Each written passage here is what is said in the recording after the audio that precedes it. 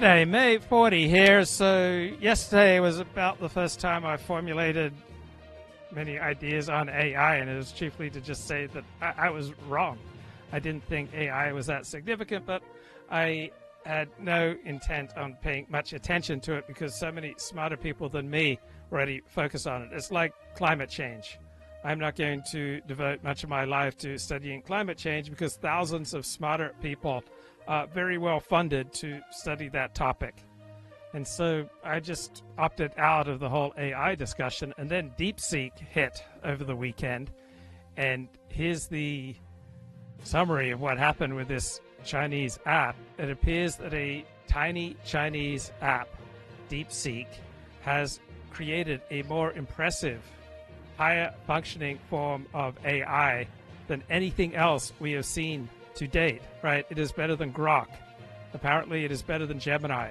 It is the equal or better than all of the billion-dollar American AI applications that are available. And so NVIDIA, which creates computer chips, which are thought to be essential for creating high-powered AI, NVIDIA, that company, lost $600 billion worth of value on the stock market yesterday because this tiny DeepSeek Chinese upstart, apparently with about $6 billion and some fairly low-level chips, have created so far the most effective AI platform that we have seen. And I like the analogy that this is America's Sputnik moment, because when the Russians launched a satellite into orbit, when they launched this vehicle into orbit, and it went around the Earth, and it was Russia that did it before the United States. It was a major wake-up call to the United States that needed to invest more in science and technology.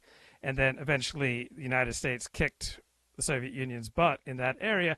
And I suspect that's also going to happen with AI. But I don't know much. But it is fascinating that the big seven tech firms, they make up about 30% of the American stock market's total value. And America's big tech firms are heavily invested in AI. And so it makes you question whether they're going to be really big financial returns from these billions upon billions of dollars invested by America's major tech companies into AI, when you see this apparently tiny little Chinese startup just take everybody's lunch. That's the consensus of the people that I'm reading in the New York Times, Financial Times, Wall Street Journal. So doesn't bode well for American tech. And it makes you question the valuation of American tech, because it's not, the valuation of American tech is not based on earnings. It's based on potential down the road. Now, I do agree now that AI is going to produce major productivity gains. And what's fascinating about that is, for the first 25 years of the internet, there were not major productivity gains that were measurable, which doesn't make common sense. You'd think that with ready access to unlimited sources of information, that there'd be substantial productivity gains for your average American information worker, at least, but there's no hard evidence. But now I'm coming around to the view that AI is going to be incredibly significant, that we will see major productivity gains along with an enormous amount of social dislocation. Now, I don't want to stop technological progress. I'm not afraid of technological progress. I'm not afraid of the dislocation that technological progress can bring, because I am personally so invested in a traditional way of living. And I think in times of dislocation, other Americans will become more invested in traditional ways of living. If you're heading into a recession, whether it's a personal recession or a worldwide recession or a national recession or just a recession in your area, the best thing that you can do is to have ties into some kind of community that looks after each other. Right? There are plenty of congregational rabbis who, when the times have demanded it, they have spent most of their time not praying, not raising funds for Israel, not studying Torah, not rehearsing and preparing their sermons. Right? They primarily spend their times finding jobs for their congregants. And so if you're part of an authentic community that looks after each other, and you're going to be strongly incentivized to do that during a time of dislocation, right? People will look after each other, and they will find ways to get you employment, to get you a doctor if you need a doctor, to get you an apartment if you need an apartment, to get you medication if you need medication. All right, a group strategy works out better for life. And so if you've got certain long time rituals, if you're attached to a traditional community, if there are some parts of your life that feel grounded in history and that go back and have been time tested, and so you have a traditional way of life, that then allows you to be much more flexible as the world around you is constantly changing and technology is changing. And what's a viable job and a viable business and a viable profession on Monday could very well, by Friday of that same week, due to AI no longer be a viable job, viable profession, right? You may well be superseded. You very well will be replaced by AI in the job that you're currently working in if you're working in the information industry. And so if you are positioned within some kind of traditional community where you have a traditional way of life and where people look after each other, then you'll be in a better place to navigate a changing and confusing world around you. From this morning's Mark Halperin show, morning meeting, Sean Spicer, Dan Turrentine. Whether it's the CIA or Meta. Well, that's actually another point. How did we not see, how do you pop? We didn't see DeepSeek coming, right? And what are the implications for American security that this is the most downloaded app, this Chinese app for AI searches? And it's doing the best searches, right? It's providing remarkable results. So here, David Goldman, he put into this Chinese app, according to Joseph Soloveitchik, who is a leading modern Orthodox rabbi, what is the difference between the Hegelian dialectic and the Jewish dialectic? And to this difficult theological question, right, DeepSeek comes up with a remarkably accurate response.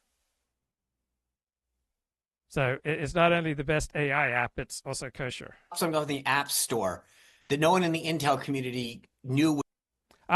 So let me pat myself on the back a little bit. To the extent that there is merit on this show, to the extent that there is merit from things I say, it's because I usually don't have any problem saying I was absolutely wrong. I was absolutely wrong about AI.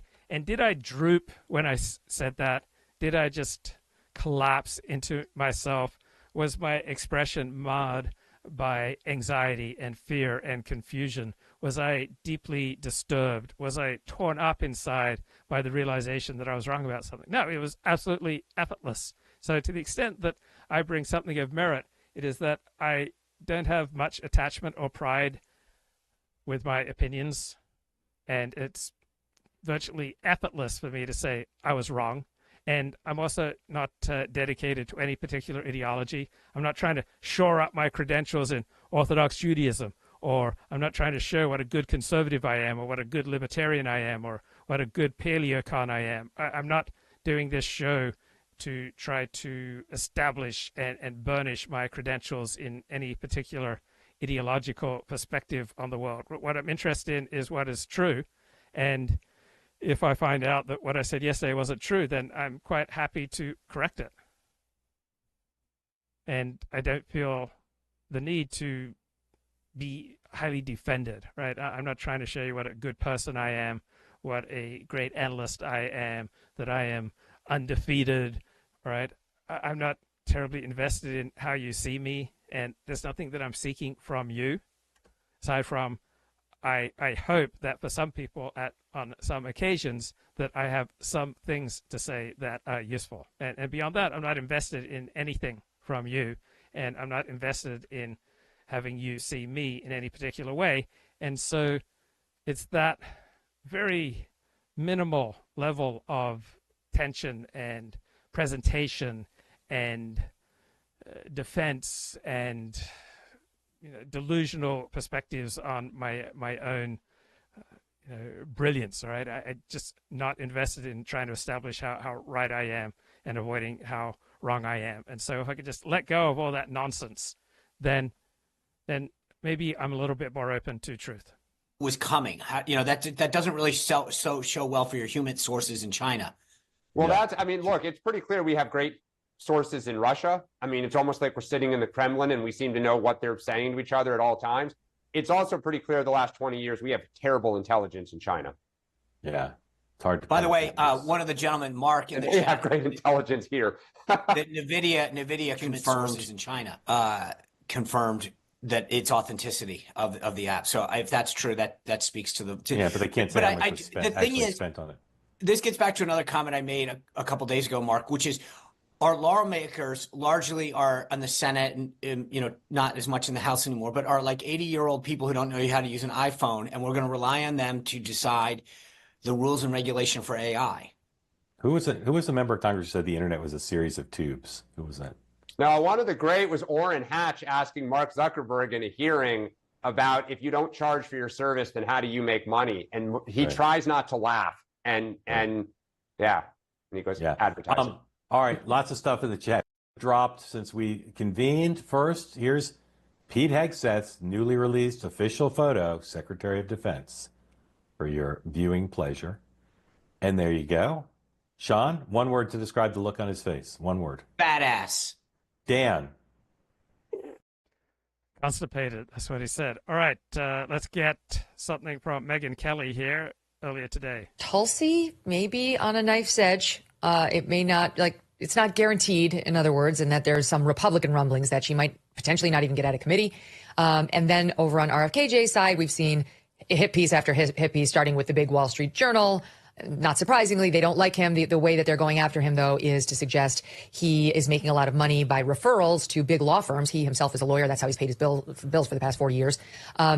Especially those law firms that are suing vaccine manufacturers, like the ones who make Gardasil, the HPV vaccine, which has caused a lot of problems that people allege anyway. So they're basically saying that he's got ties that he should be more open about, and that he's bought and paid for just by a different set of people, Mark. So what do you foresee happening with the RFKJ confirmation hearings, 2 days worth?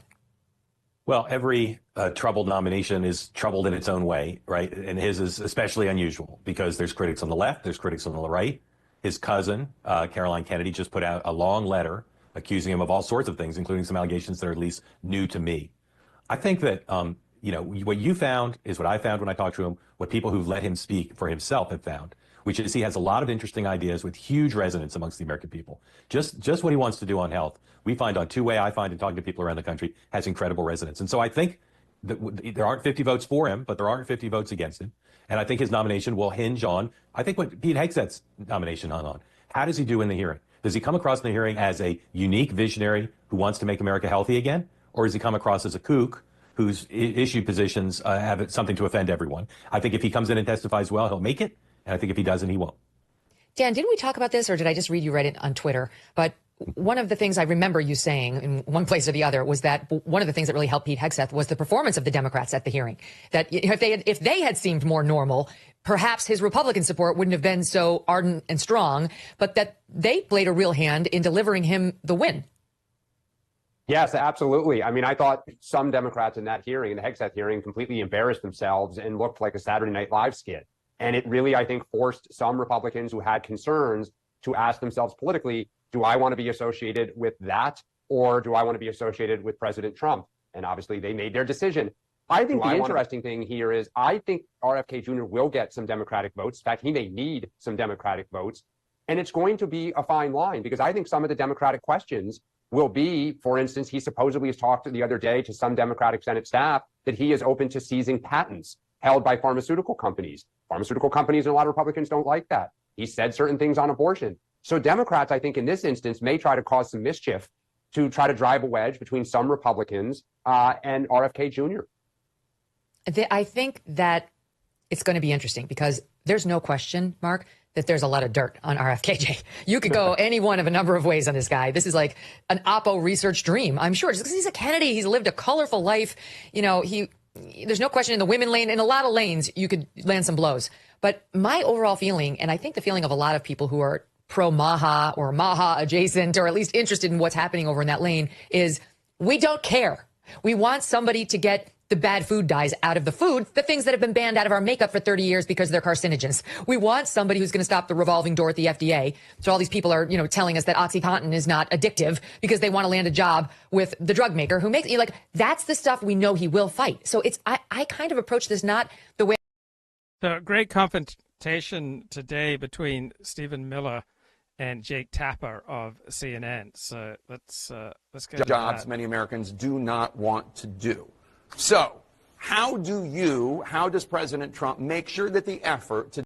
Okay, that's absolutely nonsense. All right, there's no job that an American wouldn't want to do at a sufficient salary. And if you reduce illegal immigration, if you reduce immigration, period, if you reduce refugee intake, if you reduce the pool of available workers, wages will have to rise. At a certain wage level, Americans will do any job. To deport people who are not in this country legally doesn't end up hurting Americans who want safe borders, absolutely, but also don't want to see even more higher prices in groceries. Well, I mean, I'm sure it's not your position, Jake, you're just asking the question, that we should supply America's food with exploitative illegal alien labor. I obviously don't think that's what you're implying. Only 1% of alien workers in the entire country work in agriculture. The top destination for illegal aliens are large cities like New York, like Los Angeles, and small industrial towns, of course, all across the heartland, as we've seen with the Biden flights. None of those illegal aliens are doing farm work. Those 30,000 legal aliens that Joe Biden dumped into Springfield. I'm talking about the ones that are. But I'm explaining this. It's important to understand. No, you're kind of changing the subject. I mean, I'm talking about the ones. I will give me 30 minutes. I'll go as deep as you want this. We don't have 30 your audience. I don't have a 30. I'm talking about the ones that work in the agriculture industry. I'm you can come back and we can talk about the ones in the cities. I swear. I'll do the whole answer. The illegal aliens that Joe Biden brought into our country are not full stop doing farm work. They are not. The illegal aliens he brought in from Venezuela, from Haiti, from Nicaragua, they are not doing farm work. They are in our cities collecting welfare. As for the farmers, there is a guest worker program that President Trump supports. Over time as well, we will transition into automation, so we'll never have to have this conversation ever again. But there's no universe in which this nation is going to allow the previous president to flood our nation with millions and millions of illegal aliens who just get to stay here. And we are especially not going to allow a subset of those illegal aliens to rape and murder our citizens. So we are going to unapologetically enforce our immigration laws, and as I'm sure you will celebrate, we are going to unleash the power and might of the U.S. government to eradicate the presence of transnational threats on our soil. Wow. Stephen Miller just nails it there. Okay, that was great. I would have, as a Fox News anchor 10 years ago, like, oh, he did, what? Now it's like, who cares? So first of all, he's led a very colorful life. That's the euphemism of 2025 so far. I think he makes Pete Hegseth look like Orrin Hatch. I mean, just on the personal side, it's kind of epic. And no president, I'll say, people always say in modern history or in my memory, I'm willing to say no president would have nominated someone with Bobby Kennedy's personal past in the history of the Republic, except Donald Trump.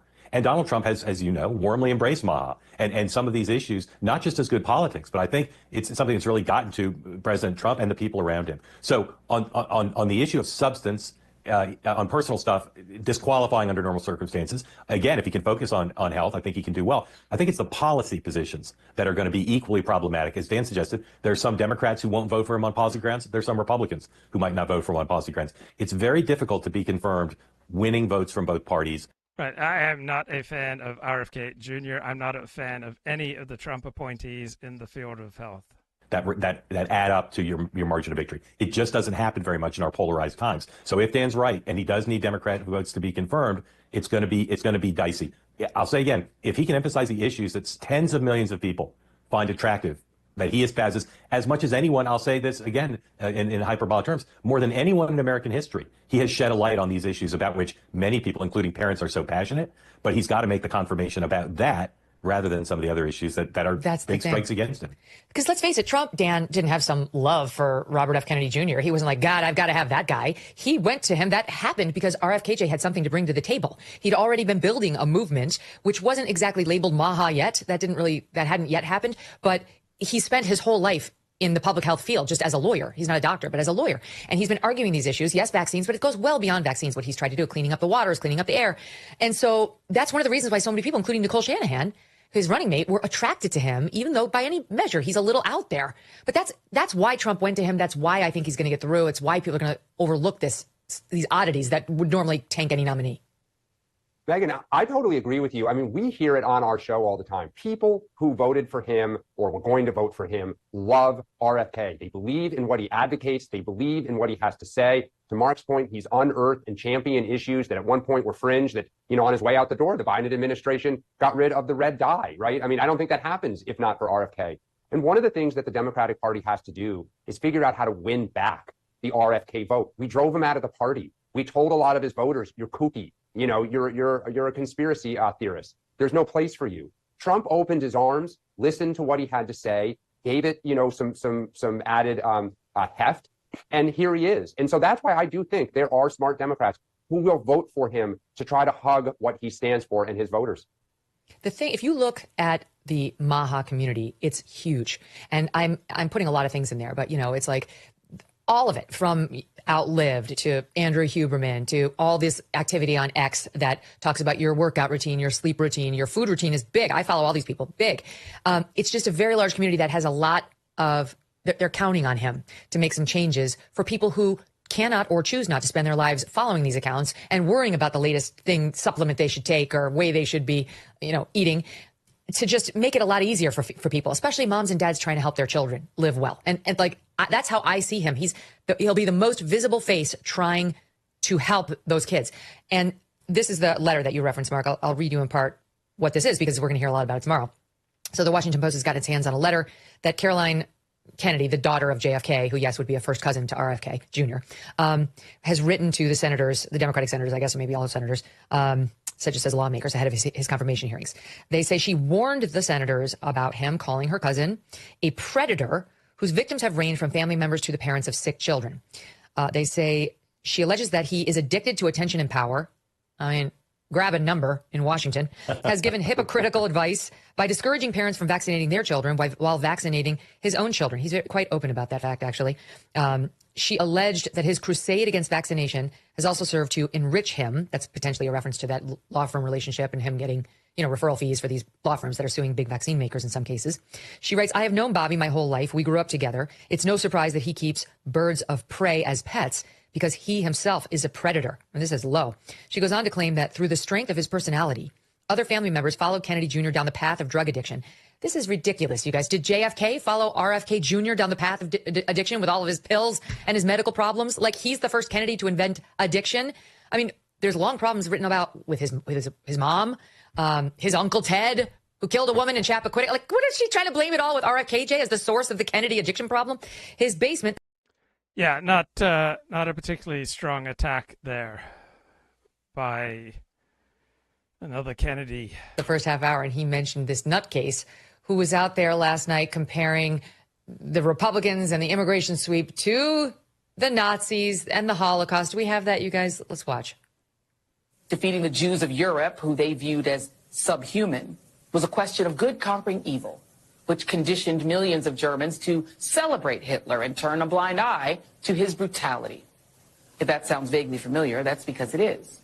Similarities to what happened in Germany and what's happening now in America are just undeniable. History may not repeat verbatim, but it sure does rhyme. Trump and Stephen Miller, his former... So many people on the right have been echoing the same line. It's just that the Democrats, they are creating another communism, another Nazi regime, that we're halfway to concentration camps. I mean, this has been a talking point of at least Dennis Prager and many other right-wing pundits for many years. Dennis Prager has been proclaiming for 30 years that we're in a nonviolent civil war. And incidentally, a nonviolent civil war is not a civil war. So Dennis Prager talks about how we're halfway to Nazi Germany, we're halfway to Soviet communism, but when he makes this argument, it's because of the Democrats. So I think both sides' hyperbolic comparisons of American political life to Nazi Germany are absurd. Former director of speechwriting, depict non-white immigrants as carriers of deadly diseases who are violent terrorists. Trump was returned to the presidency after staging a coup and has exerted control of media or social media in order to parrot anti-immigrant vitriol and openly hateful anti-LGBTQ language. And she finished that whole diatribe, Mark, by accusing Elon of doing a Nazi salute at the Trump rally, which we've been over ad nauseum. Obviously she doesn't have a lot of sway with Democrats, but is it shocking to you that she still has the post she does on MSNBC? No, I mean, there's a niche audience for that line of discussion. Right. I mean, that was a line of discussion with Glenn Beck and many other right-wing talkers about Barack Obama and Joe Biden, that they were leading us on the road to totalitarianism. I won't say reasoning. It's not as big a niche as it was, although their numbers are up a little bit. It's interesting. On the Republican side, on the MAGA side, people like her, people who create content, people who have shows, they're interacting with the officials, and they're being really tactical and strategic to say, what are we for that's popular, and how do we sell that to the public? The Democratic Party, which remains as far left as it's been in our lifetimes, isn't doing that. They're just out there selling what they've been selling to their audience, not trying to think, what's wrong with what we're selling? Okay, the White House press secretary gave her first briefing. Let's get some coverage. Caroline Leavitt making her debut, but T is silent. Trump's White House press secretary and warning reporters she ain't no binder. We welcome independent journalists, podcasters, social media influencers, and content creators to apply for credentials to cover this White House. We know for a fact there have been lies that have been pushed by many legacy media outlets in this country about this president, about his family, and we will not accept that. We will call you out when we feel that your reporting is wrong or there is misinformation about this White House. So, yes, I will hold myself to the truth, and I expect everyone in this room to do the same. Sandra, in the green room, you were telling me that this girl did a terrible job. No, she did a fantastic job. We carried this live during America Reports, and she came in there prepared. I don't think you can argue that. She took questions. She took questions from the front of the room. She took questions from the back of the room. She laid out a couple changes that could be interesting. In fact, she said one of the seats that has historically been a seat for a White House staff member is now going to be a new media seat. She wants more representation from podcasts and social media influencers and all these other areas where people in modern days get their news, so that it's not just the legacy media from whom she also took questions in that room. She did a great job. Great job. Yes. She's still not a lesbian woman of color, but I'm okay with it, Jessica, because she has a diversity of opinion. You and I probably would agree that you were listening to a person that had direct access to the president, as opposed to KJP. Is that how you say it? From That's before? Fine. I don't cringe up here, KJP. Yeah. If you're abbreviating. So it's nice to see that. You can tell that she talks to the guy. For better or for worse, this is a very outwardly transparent administration in that way. And yeah, she definitely talked to him. I think it was important for her. Okay, I want to get back to Halperin's commentary. Why isn't it more appealing to a broader group? And her revenue model is apparently wedded to that line as opposed to trying to think anew. You've got CNN not doing much better. They have Scott Jennings on there, as you've surely seen, Dan, and he's doing yeoman's work trying to defend the Trump administration. He's literally the one Republican they put on with a panel of all Democrats, and I include the anchors in that. And he got into a dust-up last night with this woman from the Washington Post named Catherine Rampell, who used to be the theater critic, I think, over at the Times. So this has enabled her to opine on whether, for example, Pete Hegseth is qualified to run the Department of Defense, saying his only real qualification is he was on Fox News, kind of just wiping out all that time he spent with a gun in Iraq and Afghanistan and at Gitmo. She's reduced him to a Fox TV host as though Trump had nominated Brian Kilmeade. She's back at it over there, and she decides to go after Musk, who, honestly, find me a billionaire, even Bill Ackman, who's, constantly posting on X about 10/7 and what's been happening at universities and is probably the main reason Claudine Gay went down at Harvard. But, find me a billionaire that's done more to call attention to what's happened to the Jewish people in Israel than Elon Musk. He went over there. He toured it with Ben Shapiro. He's been wearing a necklace to represent the hostages since a parent of a hostage gave it to him. He said he won't take it off until they're all home. He's made repeated public statements about it. He went to Auschwitz. He recirculates their movies, like calling attention to this. No, he's a Nazi because he did the touch the heart and then the alleged salute thing. And watch this exchange she had with Scott Jennings. The first time that Elon Musk decides to declare that globalist Jews are responsible for the great replacement of brown people into the United States, maybe it was a misunderstanding, you know? The second time he said that Jews are pushing hatred against white people, that's a quote, you know, that was a little iffy. By the second Sieg Heil, I think he kind of loses the benefit of the doubt to be not accused of playing footsie with these Nazis. He has a long record of supporting the Jewish people, number one. Number two, anybody who's asserting this thing he did on the stage the other day was a Sieg Heil, which I just heard you say, you know, lawyer up maybe, because absolute ridiculous thing to say. Under no circumstances. The Nazis in Germany thought it was a Sieg Heil. Under no circumstances was he doing anything other than expressing enthusiastically. Why don't you do it on TV right now? His appreciation. Why don't you do it on TV right now if you think it's so? Number three. So, you know, banal. I can't. Can I just tell you a little backstory about this woman? So she attacked Pete in the way I said. I came on the air and pointed out she's a theater critic and she should shut up. She doesn't know anything. And then she posted on X, she was all offended because people were writing nasty things to her. Oh, thanks a lot, Megyn Kelly. Let me explain something to you, Catherine, about being in the public eye. If you're going to go on CNN and you're going to offer inane opinions, people are going to comment on them, and then you might get some nasty tweets. It's called being an adult on the internet. Grow up. So she doubles down and accuses Elon Musk of a double Sieg Heil. And why is this happening, Dan? Is it because they need to take down Elon? He's too much of a threat. Or is it because identity politics and the opportunity to hit somebody for being anti-Jew or anti-black or anti-what have you is so important to these far left wingers that they just look around for any possible opportunity and then they seize on it. You know, they just see it where it isn't there because they've trained their brains that there are racists and Nazis everywhere among us.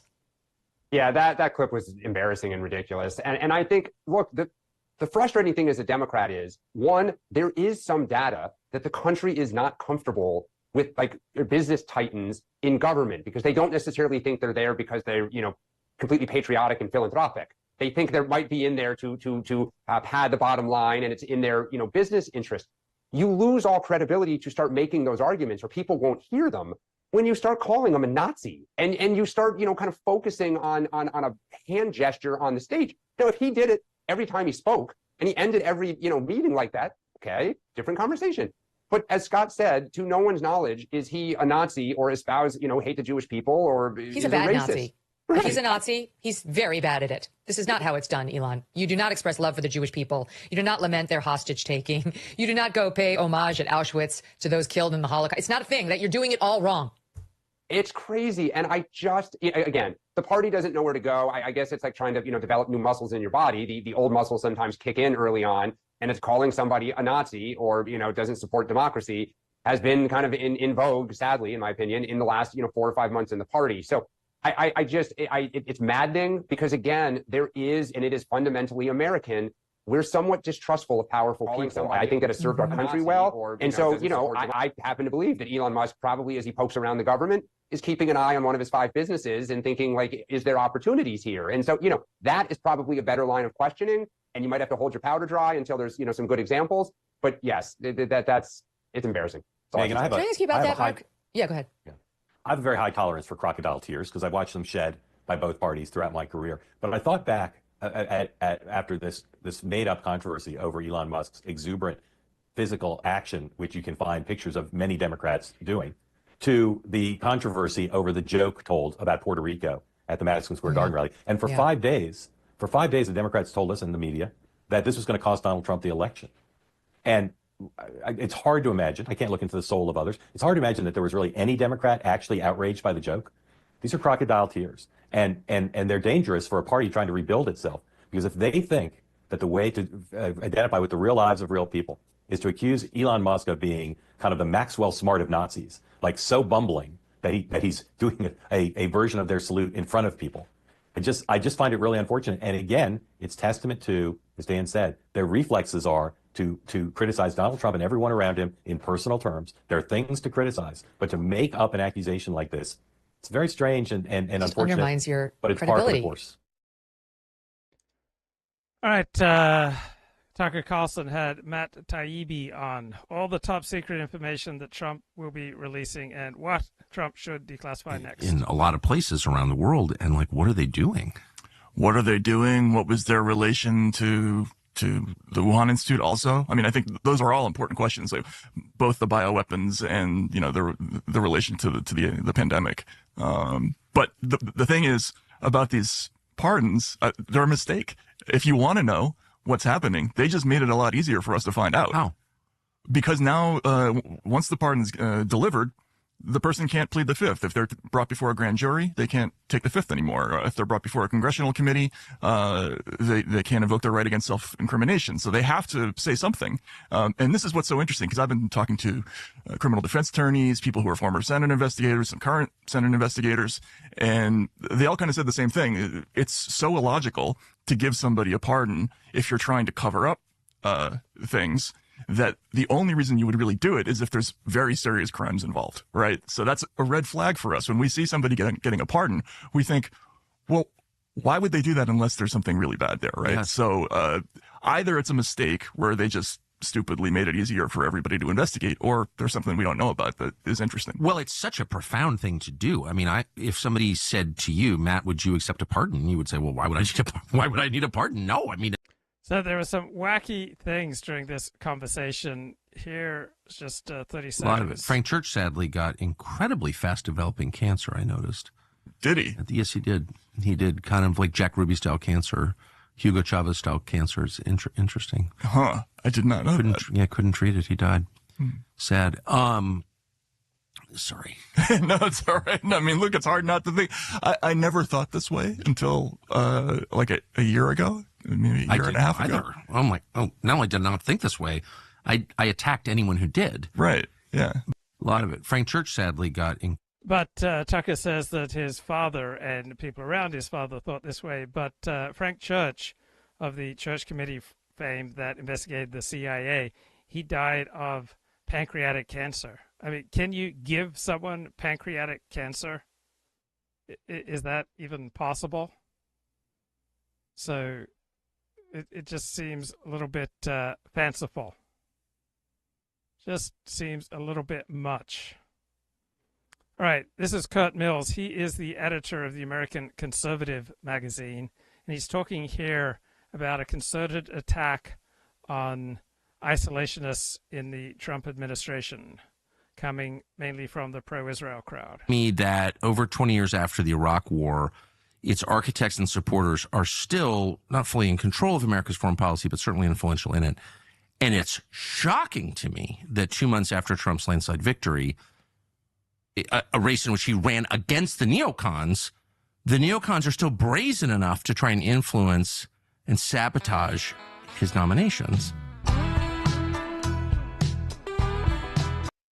A pretty great record of spending money. It desperately needs reform. And you're saying that based on the personnel choices you think he's making, he's now the defense secretary, by the way, as of right now. Yes. That he is like sincerely on board with Trump's foreign policy. Yeah, I mean, he did not need to make these picks. I mean, I don't think he needed to make these picks to get confirmed. I don't think he needed these picks to win any senators. He is courting, I think, minor controversy now, which is why we're having this meeting. He did not need to do this. It was a move of conviction. Good point from the chat. Non-interventionist is not isolationist. So those in the Trump administration who don't want America going to war overseas doesn't mean that they're isolationists. They are all for engagement with other countries, but they're not for waging war on other countries. And belief and principle in his early days in office. Before even. So give us an example. Just give us an example of what you're talking about. Sure. There's going to be this Michael Domino figure who will have the Middle East portfolio. He has been advised throughout the process by another figure named Daniel Caldwell. These are both, people in their 40s or 30s, basically millennials who are veterans of the global war on terror. They're very much in the... So they fought in it? Dan did. And Michael was a CIA agent. So, I mean, these are the guys that were hunting down IRGC, Iranian Revolutionary Guard Corps people, in the forever wars that Trump and Vance ran on reforming and ending, et cetera, et cetera. And so, they're very much in the Vance mold of, we went there, not really sure what the point was, and we want to roll back from that somewhat. I think you might have heard this message from Mr. Trump at least once or twice in the last 10 years. So these, I don't know Domino, I know Caldwell, who I think of as a man of genuine integrity, high intelligence, and principle, committed to his country. I think he's proven that. Yeah. I honestly think he's like a wonderful person.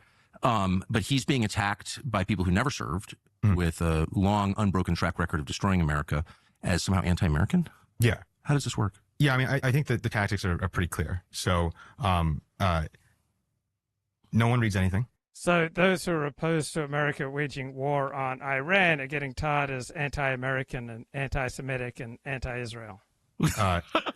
Everybody's cynical, confused. Says the magazine editor. Yes. Nobody reads anything. Yeah. Okay. You're right. Get a headline out there. Call someone a naughty word.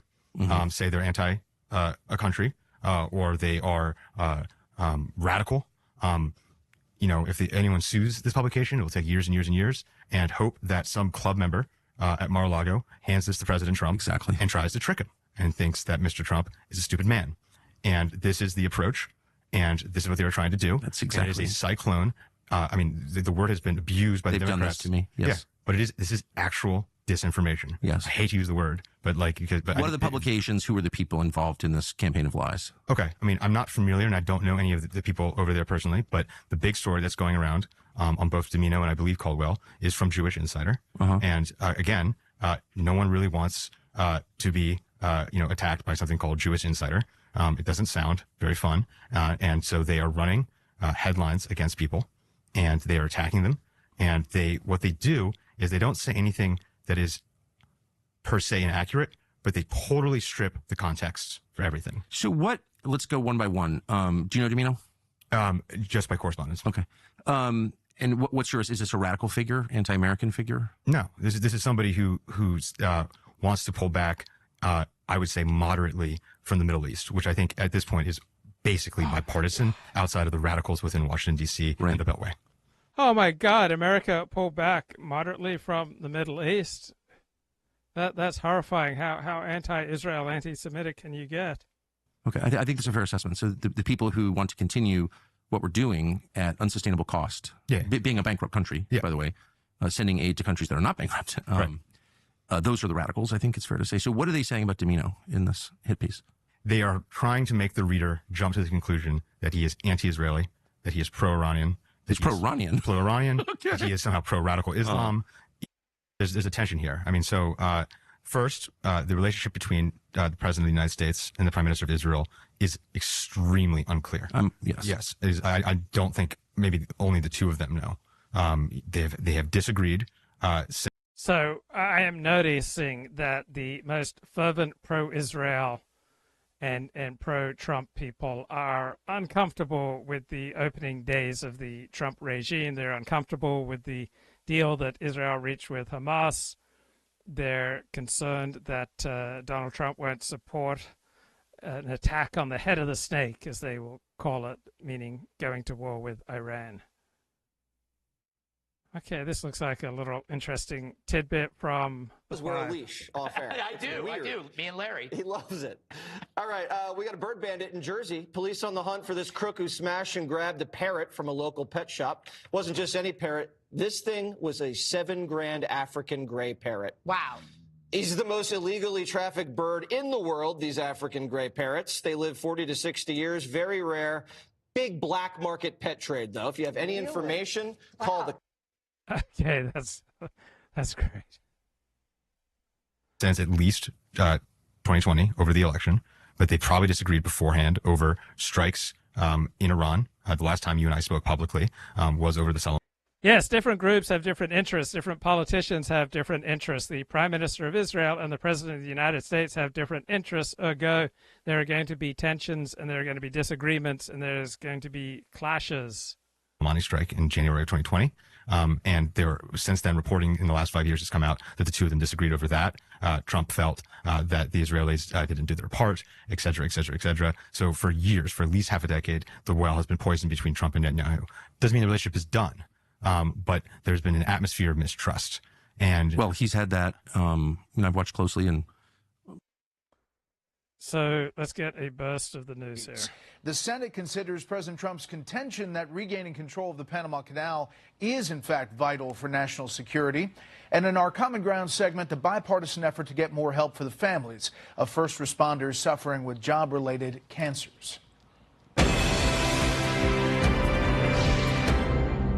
But breaking within the last few minutes, a federal judge is now temporarily blocking President Trump's freeze on funding for federal grants and loans. The president issuing the order while programs are being reviewed to make sure they comply with his recent executive actions. The freeze could potentially affect billions of dollars, but White House officials said today it would not impact Social Security, Medicaid, Medicare, or any direct payments of assistance. Still, Senate Minority Leader Chuck Schumer calls it lawlessness and chaos. Senior White House correspondent Jackie Heinrich starts us off tonight live from the North Lawn. Good evening, Jackie. Good evening, Brett. The decision blocks the funding freeze from going into effect until at least Monday at 5 p.m. There'll be a hearing that morning. The Biden-appointed judge, who's been on the D.C. District Court for about a year, cited the possibility of irreparable harm. The Trump administration has until Thursday afternoon to argue the merits of what it is trying to do. Some of that happened in the briefing today. If you are receiving individual assistance from the federal government, you will still continue to receive that. Press Secretary Caroline Leavitt's first White House briefing, dominated by questions about the Office of Management and Budget temporarily freezing all federal assistance programs. Okay, so that kind of, I don't know, stilted discourse, it's not easy, as easy to listen to once you get a taste for podcasts and for live streams, is it? It just feels so artificial. Okay, Curt Mills here talking about the Porter thought he was. I think that's the truth. I mean, there's. Do you want to discuss the Pompeo Brian Hook stuff? I would. I was just reading the Barry Weiss editorial about how pulling Pompeo's. What did she say? I didn't read it. It's outrageous. It's a betrayal of Trump's promises. Like Pompeo. Is that what the Free Press argued? Yeah, that you're not allowed, you are required to pay for Mike Pompeo's security detail. And I will just say, point blank, as someone who has faced greater physical threats than Mike Pompeo, I can promise you that. If I have security, I pay for it myself. Like, wow, why does Mike Pompeo, as a private citizen, get to stick me with the bill for his security detail? Like, how does that work, Barry Weiss? And the point is that Mike Pompeo is a faithful servant of the kind of ideas that she is here to push on the rest of us, and therefore he will be defended at all costs. But like, let's just be honest about what's going on. Anyway, sorry. Yeah, well, I mean, details roll off. The government doesn't usually advertise it. No, everyone's got a detail. Yeah. Fauci has a detail. Yeah. Because he's in my dog park in Washington, and I hear about it. I think the interesting thing, so it's very easy to just glaze over Trump fighting with officials, blah, blah, blah, blah, blah. And sort of the example of this is Trump versus Bolton. And we talk about that and it's fun, but it's kind of over, right? Bolton's not in the mix, and or at least with Trump. And but he's still got bits of egg in his mustache, and I don't have his cell anymore, so I can't tell him, but he needs to fix that. Yeah. Pompeo and Hook. Look, tell us who they are. Mike Pompeo was the former Secretary of State, former CIA director, former Kansas congressman, former West Point valedictorian, Harvard graduate, Harvard law graduate, Ozempic user. I'm doing the whole CV here. Okay, yeah, right. So, right. And he was. I'm so bitchy. I'm so sorry that I said that. No, it's beneath me. I shouldn't have said that. The Bolton Trump feud is old. The disagreement with Pompeo is potentially quite new, and so by all available information, Pompeo was in the mix for Secretary of Defense, most likely, in the days after the election. So much so that his son, Donald Trump Jr., intervened in a sort of online campaign. Tucker Carlson did more than anybody to probably stop the Mike Pompeo, Nikki Haley nominations or allowing them to enter the new Trump administration. Other allies within that milieu stopped both Pompeo and the former UN ambassador and South Carolinian Governor Nikki Haley from getting administration posts. I had heard about that. Yeah. Pompeo. Patriotic Americans rallied, as they did in Boston in the 18th century, to act on behalf of their nation at some personal risk, but they did it anyway. Unsung heroes. One of Pompeo's former deputies, Brian Hook, who ran something called the Iran Study Group and had various other portfolios and titles at the State Department. He's actually someone Pompeo inherited from Rex Tillerson, his predecessor. He kept him on. Brian Hook at You said the problem with voting Republican is you're more likely to wind up with a war with Iran, and I agree with you. I'd much rather have a war with Iran than a war with Russia, but kind of don't want either one. And it's just interesting how the groundwork, I just know because I've been in conservative media my whole life, all of a sudden all these new people, and you're like, oh, Barry Weiss, are you really conservative? Well, not at all. Then what are you doing here? Oh, you're trying to convince me that I'm not allowed to oppose a war with Iran or I'm going to be written out of the conservative movement or something. Okay, so if, a lot of people are comparing Trump to Reagan these days, and I think it is an inaccurate comparison, but there obviously are comparisons that are they're very different human beings, is basically my position. So if you accept that Trump is the biggest cheese since Reagan on the Republican side, what happened in the Reagan years? So the neoconservatives, that is people who came from the left and moved to the right, were very, very savvy. Washington, the foreign policy establishment, every bad idea. Is Jennifer Griffin at Fox, the Pentagon reporter, who is now, basically texting Domino. Is that the Michael Domino? Yeah, is running around on behalf of her sources at the Pentagon, doing their bidding, trying to torpedo these guys because the permanent staff doesn't want to be challenged on anything. And okay, there's a role for that kind of behavior. It's called lobbying. But it's a little crazy that like a supposed news reporter would be acting like that. I'm not guessing. This is a fact. She's doing that right now and has been doing that kind of thing for as long as I've been paying attention, like a couple decades. How does that continue? Yeah, I don't know her personally, but what I will say is the role of most Pentagon reporters has always struck me since I've done this as extremely hierarchical. I mean, what do you mean by hierarchical? It almost felt like the reporters worked for the Pentagon. Well, of course they. Yeah. So I mean, in any place that I've worked that had a Pentagon correspondent, and that was the only way you stayed in the room, and. Isn't this a democracy where we have civilian command of the armed forces and the entire federal government works for the population of the country, its voters, its citizens, its constituents, its shareholders? No. There's no sense of that whatsoever in Washington at all. Yeah. It's like, what are you doing here? I think it's fast moving. I mean, you didn't see criticism. So I started watching a video from the Ruthless podcast today and started skipping through it because the headline on this podcast was, "Can Trump deport 30 million people?" And I was curious what they have to say. And they didn't cover the topic once. Like, I feel ripped off. It's a little bit too much like some of my own shows where not much of the content responds to the title. But doggone it, I was curious what would they say about Trump deporting 30 million people. That was their headline. And dadgummit, they didn't even cover it once. Right? That did not please me. General making for some strange bedfellows there on Capitol Hill. That's right. Pushback from Judiciary Committee Chairman Chuck Grassley and the top Democrat, Dick Durbin. They've asked the president to explain, quote, immediately why Congress was not given a 30-day notice for the removal. They say, quote, the law must be followed. Now, who cares about that? Across the Big Apple, looking to remove violent criminals who are not supposed to be in this country in the first place. Noem says she asked President Trump for this job.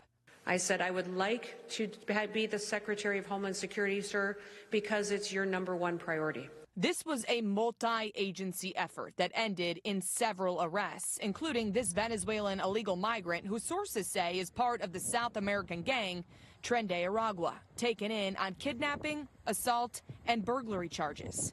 DHS says Anderson Zambrano Pacheco was hiding. All right, we're hearing for the first time details about what Trump's peace plan for Ukraine looks like. And I haven't noticed this get any coverage except on Steve Bannon's War Room. Here you go. Ukrainians moving back from Kursk, right? Their incursion there. But other parts of Ukrainian territory, it looks like it would be partitioned under Russian control. Am I reading that correctly, sir? Look, I think it goes further than that, because when you hear about partition, perhaps you think of Berlin, perhaps you think of the division between the demilitarized zone between North Korea, South Korea. This is, from my understanding of this supposedly leaked text, what it's actually doing is it's handing those areas that Russia controls officially over to Russia. They would become part of the Russian Federation. And I think that goes further than what is ordinarily understood by partitioning. Some of the alternative plans, right, not the Kellogg plan, you had the Vance plan and you had the Rick Grinnell plan. Those would be more like what J.D. Vance had asked for, suggested was a demilitarized zone. And what Grinnell had suggested was autonomous zones. Now that could have, if you'd have found a mechanism to recognize that in international law, that would be more partition territory. This is just giving it to Russia. This proposal. But hang on. In this, in this proposal, what's out, it's like, what was the Boris Johnson, as we said in War Room on the evening before the war started, what's the purpose? It's not just Donbass and Crimea is gone, which Zelensky swore up and down they never let happen, but correct me if I'm wrong, and I'm just reading it like any other schmendrick.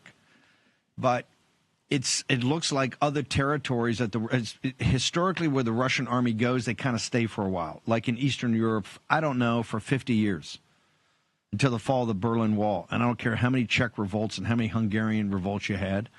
They were there until the Berlin Wall, till Ronald Reagan took it down. The Russian army has been in this place, and it looks like, according to this, that they may not keep all of it. They're going to keep a lot more than the Donbass and the Crimea. Do you agree with that, Ben Harnwell, as you read this? Yeah, the Russians would have everything. I repeat the point that according to my reading of this, and it's in quotation marks, that Ukraine would officially recognize the sovereignty of the Russian Federation over those occupied territories. Yeah. So that would be shifting the border effectively eastwards. So McConnell and all the, I just want to make sure I'm going to put salt in another wound they sat there and took $250 billion of your money, $250 billion that we've had no accounting for. And trust me, those oligarchs and that crook Zelensky were stealing with both hands. You got 1 million, this according to President Trump, you got 1 million dead or wounded Ukrainians. You got 700,000, 750,000 dead or wounded Russians. So we're at 1.7 million. Dead or wounded. The place looks like Dresden. And now you're in a situation that you get a worse deal that we told you would. You get a worse deal with the Russians. What was it worth? Do you understand why the parents of the 18 to 26-year-olds have said, over my dead body, you're taking my son to go to that front? Because this is where we are. This catastrophe is exactly like Mersheimer said it, just like it's repeated by Raheem Kassam and Ben Harnwell and Stephen K. Bannon on this show, and Jack Posobiec for 3 years. Okay, Jennifer Griffin here, reporting from the Pentagon. We just heard Tucker Carlson talk about how he's not really a fan of her, so let's get a burst here from Fox. Censor network. The big gap in my mind is the sensing capability, being able to actually see it and track it. The Pentagon is already in the late stages of developing interceptors to protect against hypersonic weapons. But the price tag for this multi-layered missile and drone defense architecture will be hundreds of billions of dollars. Brett? And Jen, we've just learned tonight that Defense Secretary Hegseth plans to remove the security detail guarding former Joint Chiefs Chairman General Mark Milley.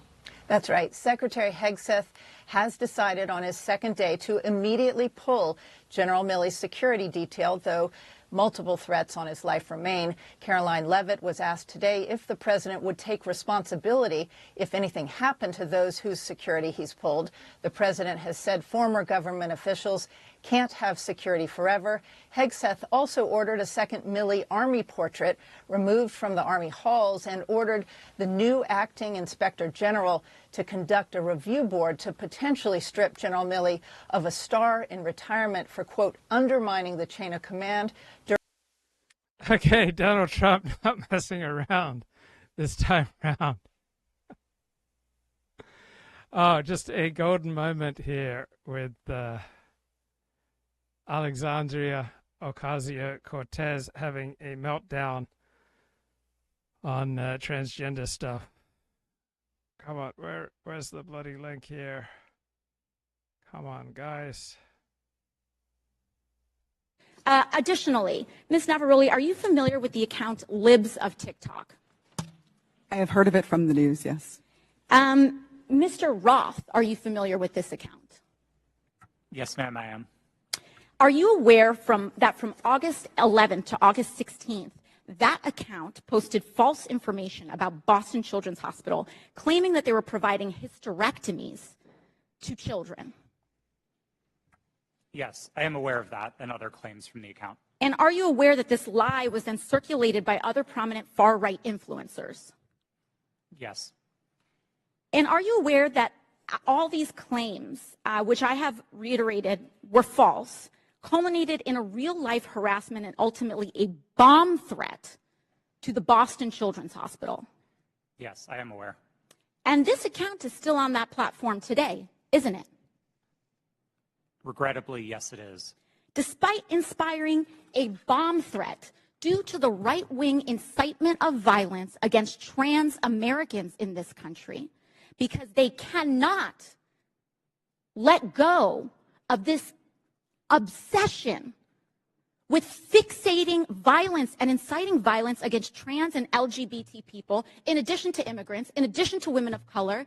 This is a party that cannot pick on anyone their own size. Wow. So, you're getting a hit job when people invoke obsession, right? Obsession is when someone has more interest in a topic than you think is appropriate. So Libs of TikTok responds, bomb threat allegations, hit pieces, censorship, AOC meltdown, defamation. It was all worth it for this moment. Trump is banning child mutilation and castration. The gender pseudoscience industry lost. The child predators lost. We won. Children won. America won. Yeah, pretty cool stuff.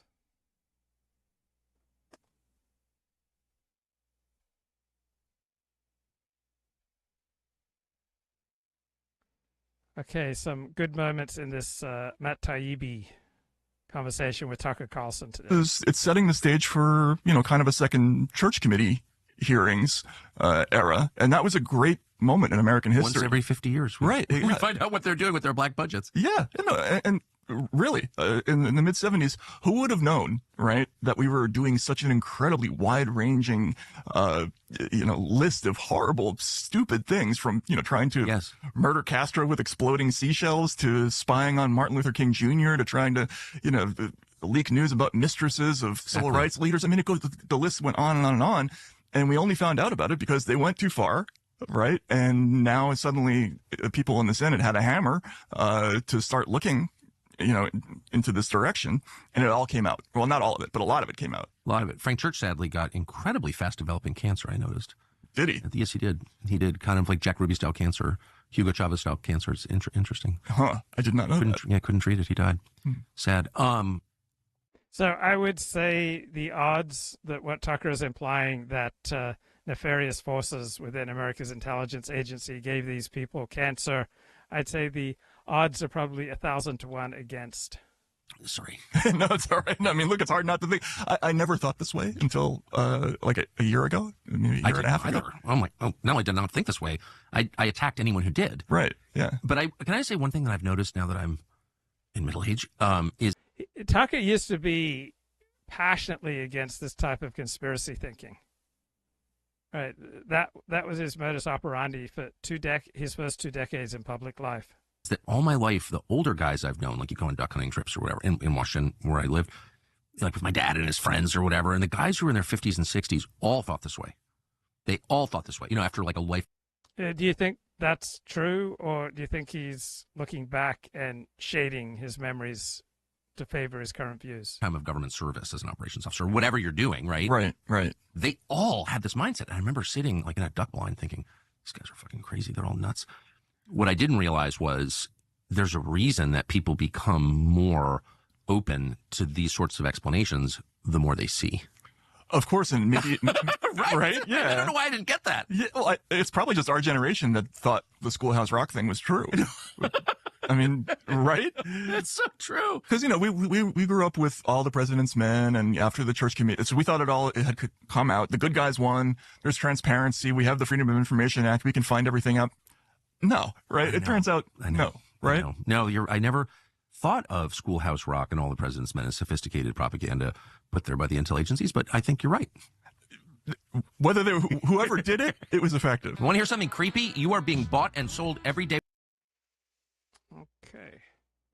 Another good moment here. Big bureaucracy with government pressuring platforms like Twitter and Facebook to censor content, but we only got to see a little bit of it. And I think what's going to come out is, how extensive it really was, what agencies were really involved in it, how many people were committed to that effort. What also were we negotiating with the European Union to be part of the Digital Services Act? Was the State Department doing that? I think so. There's going to be a big. Who haven't followed it. Can you just describe the Digital Services Act? The Digital Services Act is like the wet dream of every censor in the world, right? Basically, it mandates that every internet platform abide by the recommendations of these people called trusted flaggers, who are basically licensed content reviewers who look at things on social media, and if they see a narrative that they don't like, they will elevate it to the platform. And if the platform does not abide by the recommendations, they get crippling, enormous fines. And this is one of the reasons why there was a dispute between Elon Musk and Europe about whether or not he was following these rules closely enough. This just came into effect last year, but it's an extremely effective way to regulate speech, because it doesn't require the government to actually do it. It's the private platform that actually commits, of course, the censorship. And this third-party methodology, which is specifically, by the way, what Donald Trump referenced in his free speech executive order, we don't want that to happen. We're going to not allow that. They already have the full-blown Death Star version in Europe of that, right? And so the investigation here in the United States is going to basically uncover how far along were we into developing the same kind of thing. The Twitter file suggested that we were already doing it informally and illegally, probably, but we want to find out exactly how many. With Snopes and all the other fact checkers? Yes, all the fact-checking organizations, right? Sometimes that was done informally by inference, or it was done through NGOs that made recommendations, but I think the really dangerous stuff is when you had State Department agencies like the Global Engagement Center or the FBI's Foreign Influence Task Force making direct recommendations to these platforms, or the White House in your case. We're going to find out all these communications, not just little pieces of them. What about the U.S. government, the intel agencies' control of Wikipedia, which basically is our collective memory at this point? It's elevated by Google. It's the top of every search. It is the only history most people will ever read, and it's controlled by the U.S. government to disappear inconvenient facts. Yeah, I mean, Wikipedia has a very advanced system for regulating what gets into Wikipedia pages. If it's not a certain kind of source, it doesn't get on there. There was a bizarre incident last year where the Real Clear Politics, polling average, which is a tool that reporters have been using for almost 2 decades. Okay, so that's important discussion there. Wikipedia definitely leans left. I didn't know that it was controlled by America's intelligence agencies. I suspect that's a considerable overstatement. Sam Harris did an important discussion with Rick Caruso. At least part of it was an important discussion when Sam Harris goes off into the great dangers of wealth inequality, right? I don't care about wealth inequality. If I lived next door to a billionaire, it wouldn't reduce my happiness level. If my friends became billionaires, I wouldn't become consumed with jealous. I have no problem with wealth inequality, because if we create a system that rewards excellence, we can have a great deal of inequality. The best way that you can squash inequality is to squash freedom. So I'm all on board with freedom and meritocracy, which means wealth inequality, which does not bother me in the least. But this is Los Angeles mayoral candidate Rick Caruso talking here with Sam Harris. About 6 years ago, there was a fire in Brentwood along the 405 freeway. So for the listeners that may not know the geography, that's about 15 minutes east of the Palisades, where the Palisades fire. And when that fire broke out, it was put out pretty quickly. It maybe took half a day or so, but it didn't travel much. And at that time, I had said, and I called people in the city, there's 40 years of brush between Brentwood and the Palisades. And if it starts traveling west to fire, it will come right down into the alphabet streets. That's the neighborhood that backs up to the mountains. There was no effort for 40 years to do anything about that brush. So that was a predictable problem. And I'm a big believer that when things are predictable, they're preventable. Then on top of it, some genius decided, let's take one of the main reservoirs out of service during what's typically known to be a peak fire season, when the Santa Ana winds come up. So we had a bad decision there. We had a bad decision in not mobilizing the fire trucks into the area so that they were already there and could respond immediately rather than a delayed response time. There was a whole series of things you could have done. Could it have been absolutely prevented because of the catastrophic winds? I don't know. Only God knows. What I am very certain of, there was a failure of leadership at a lot of different levels, and I've been very open about this, including the mayors, to not be adequately prepared. And I think there's a lot of tough questions that need to be asked, and people need to be held accountable. But I just want to go back a little bit in time for a second. The head of DWP, I don't know her. She was an appointee of Mayor Bass. Clearly, she made a lot of really bad decisions. And there was, back in the day of Tom Bradley or Dick Reardon or Jim Hahn that I worked for, there was sort of this golden rule that you didn't politicize these critical departments. They had a sort of a life and death kind of function. The Department of Water and Power is supplying all the water and all the power to LA City. And it really was an engineering marvel. It was known for the greatness of the engineers in that department.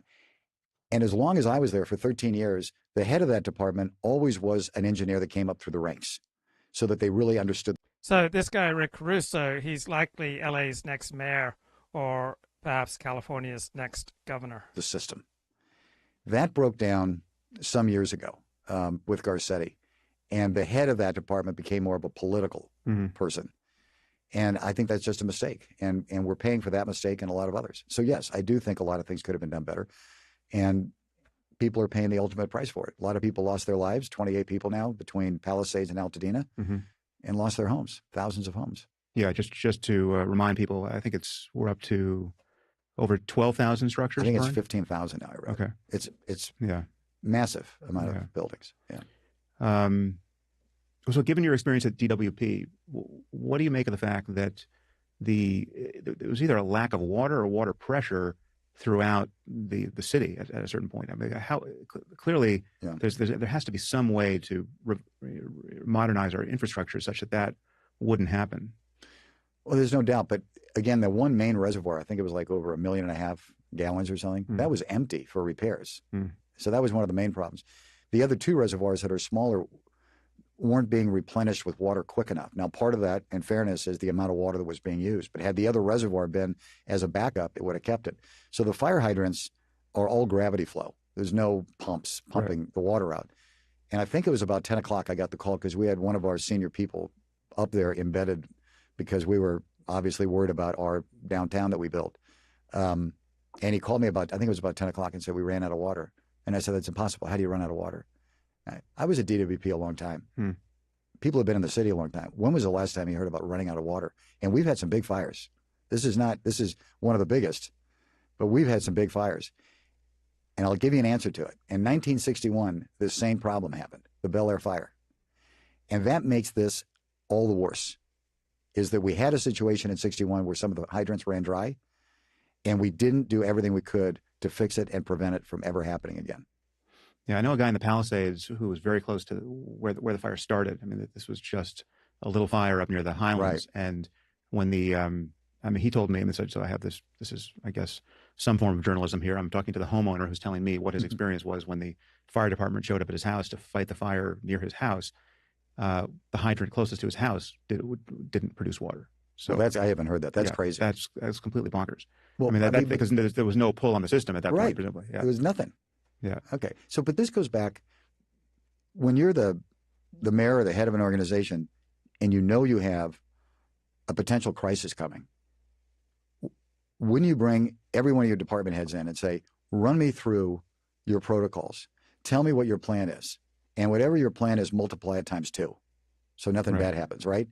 And be eyeball to eyeball with each of these department heads. I don't think that happened. Maybe it did. So I think we'll circle back on some of these topics about what we should do. But with respect to, you mentioned the alphabet streets, and that's the area of just Hiroshima-like devastation that people have seen photos of. Yeah, terrible. Where literally virtually everything burned. I mean, there's a few homes standing, but do building codes need to be changed and zoning changed? I mean, we're going to talk about the rebuilding there, but do we have a problem of just density that's unsustainable with respect to some of these areas? Yeah, listen, as you know, people that know the area, the homes are very close to one another there. But I wouldn't touch the zoning of the Palisades. I don't think this is the time to reimagine the zoning of the Palisades. I think it's a time to reimagine the infrastructure of the Palisades, to bring it into the 21st century, to not rebuild the power lines that are running on poles anymore, that they're underground, right, to upgrade the water mains throughout, upgrade the street systems, things like that. But I would say I think people want their neighborhood back. And I think it would, personally, I can't speak for everybody in the Palisades, obviously, but I wouldn't support rezoning. And I know there's some efforts to do that, and I would push against that. Okay, we'll talk about the construction But there should challenge. be building codes in terms of the kind of materials. Yeah, absolutely. And fire suppression systems, or like sprinklers. And, absolutely. Well, so as you said, this was really predictable. And even the insurance companies obviously started predicting this years ago because they started canceling policies in the Palisades. I mean, how do you explain the fact that you have the insurance companies pulling out, and we have they're experts? You can go back to look at old podcasts. I mean, Joe Rogan is recycling a clip of, I think, probably 5 years ago. He was talking to some reporting a conversation he had with some fire marshal who said that, yeah, we're going to get the right winds one day, and this whole city is going to burn. I mean, this is a tinderbox.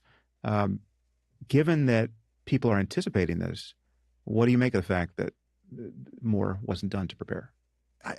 Again, Sam, it goes back to bad leadership. I mean, I'm not trying to pick on somebody, but somebody's got to be held accountable, and that person is at the top. And I also think it goes back to Eric Garcetti. Why didn't you, as mayor, he was mayor for 10 years, clean out that shrubbery, clean out the brush? That would have been a very different dynamic had that been thinned out. And why was the fire department underfunded? It was one of the things I talked about in my campaign, and there's been a video of that that's gone viral where I said, I will fully fund the fire department. Since 1961, I don't have my numbers completely accurate because I don't have notes, but since 1961, we have about 2 million, maybe 3 million more people in Los Angeles. We have 100 times the amount of calls. But now we have less fire stations and the same amount of firefighters.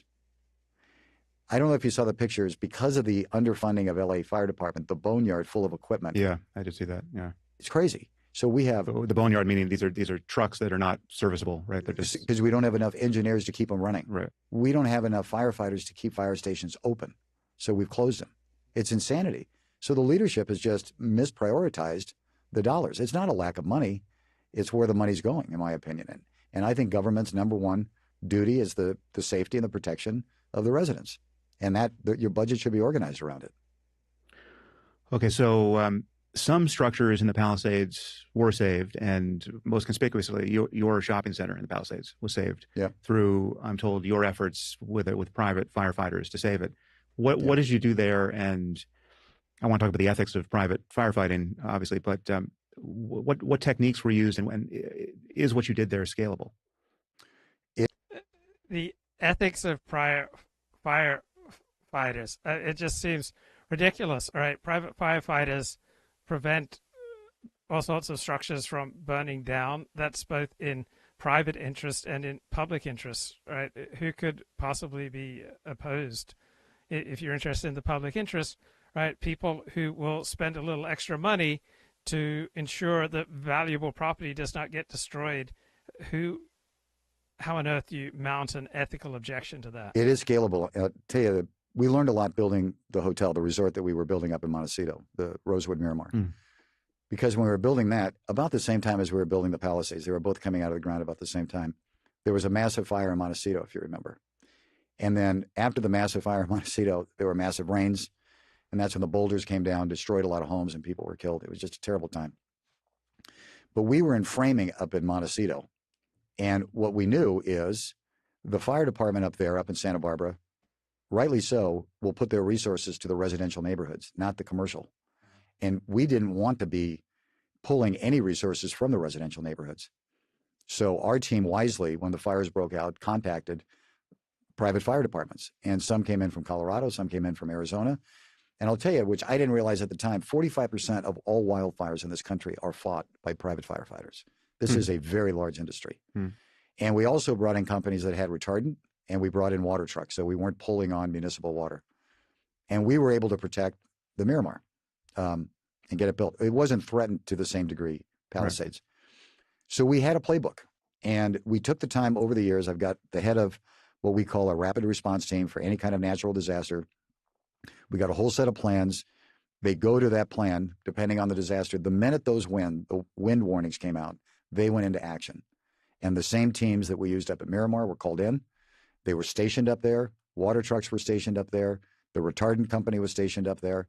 But where it really started was when we built it. We built all of Palisades Village without any combustible materials. Even things that look like wood are concrete. Right. They were just formed to look like wood. So when those embers were hitting the building, they were fortunately, it couldn't ignite anything. If you go up there now and look at one of the back buildings, Serena and Lily, the building is scorched because of the vegetation, the plants. So one of the greatest things I learned from these LA fires is that every process requires certain ingredients. Fire requires certain ingredients. You remove those ingredients, right, you won't get fire. So let's see what Halperin's talking about. First White House briefing by the White House press secretary. The president himself didn't show up, but there was plenty of news. So let me run through this. The president is offering buyouts to every federal employee. According to the White House, post-COVID, 5 years on, 6% of federal workers show up in the office 5 days a week. I don't know if that's true. If it's true, it's an incredible statistic. But every federal employee now is being offered a buyout. They have to accept the buyout. I think in the next month, they get paid through September. Incredible. And of course, they may lose some good people, but part of their goal is to get people out of the government who don't agree with their agenda. I said this morning, probably something hyperbolic, that the swamp employees, the federal workers in the Washington, Virginia, Maryland area are overwhelmingly Democrat, overwhelmingly liberal. And maybe I'm overstating it a little bit, but the belief of the White House is there's a lot of people there who don't share Donald Trump's agenda. They want them gone. They think buyouts may be the way to do it.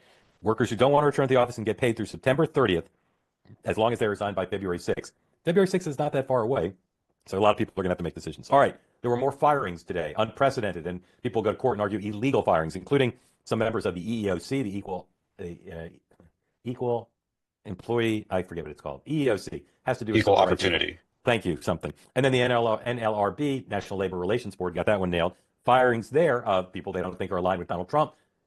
We talked this morning about how Sean got fired from a board, and he compared that to some of the firings previous to the, lots of people have been fired already, but this is different. EEOC and NLRB, the appointments are supposed to cycle through presidencies of different parties.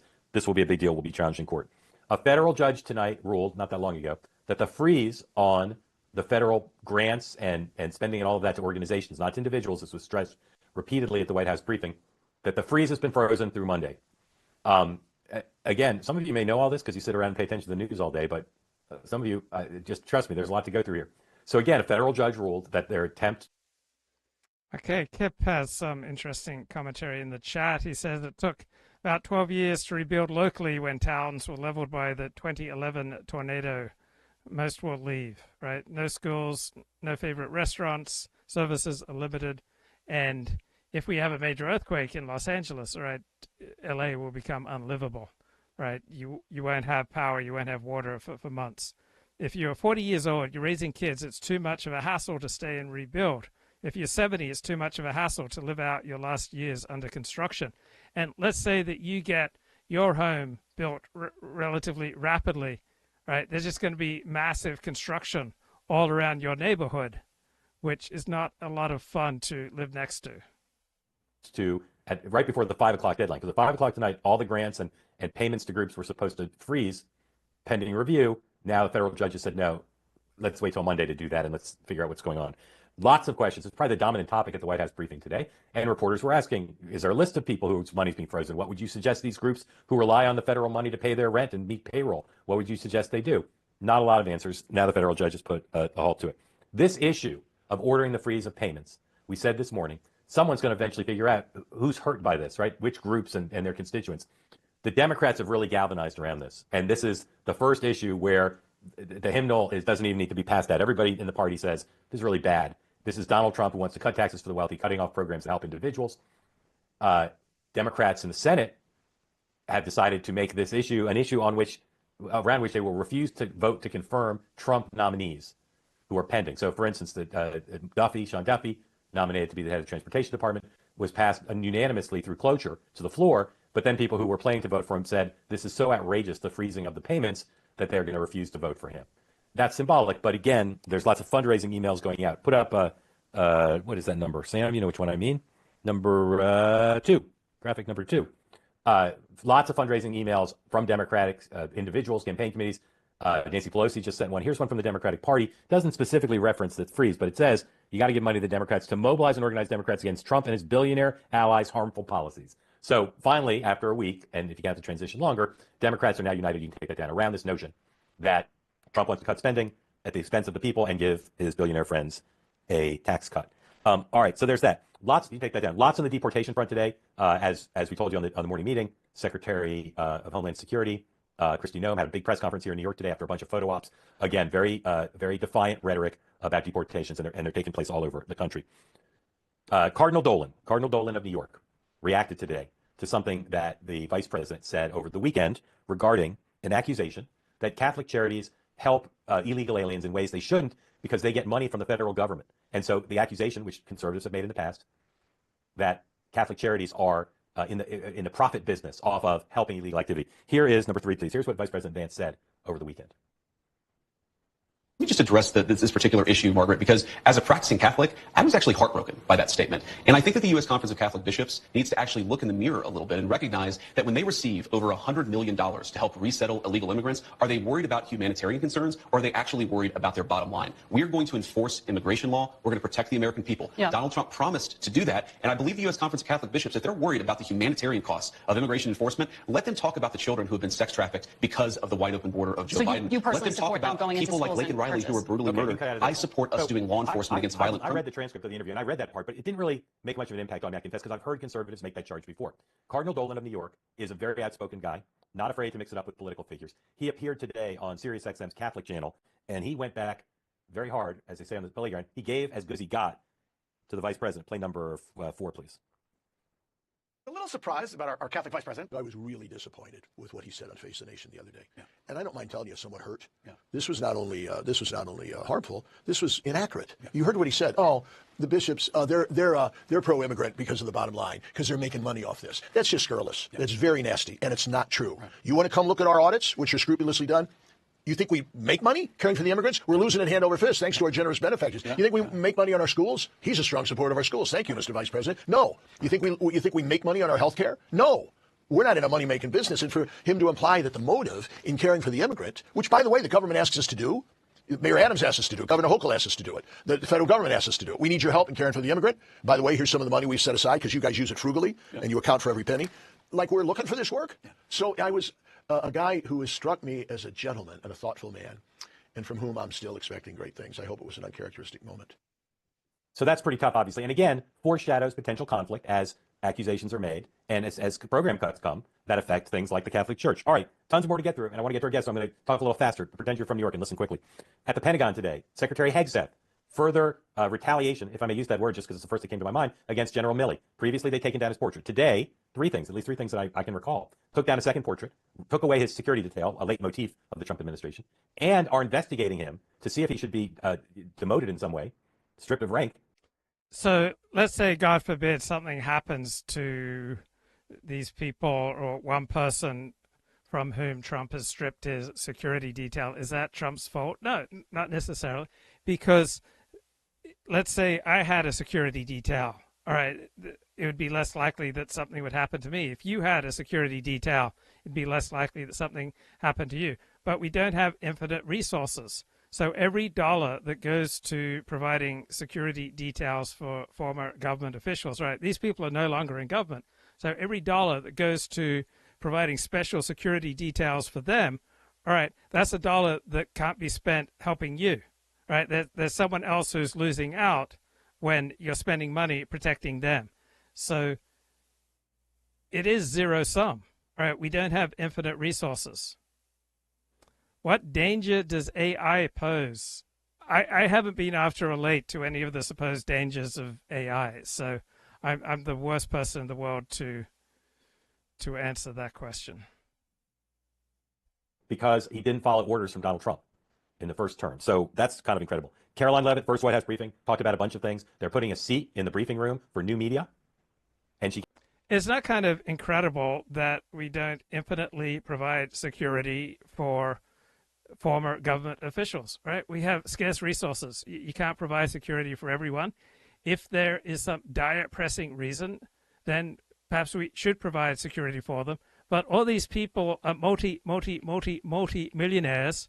They can bloody well secure their own security. Why should the taxpayer have to pay for their security?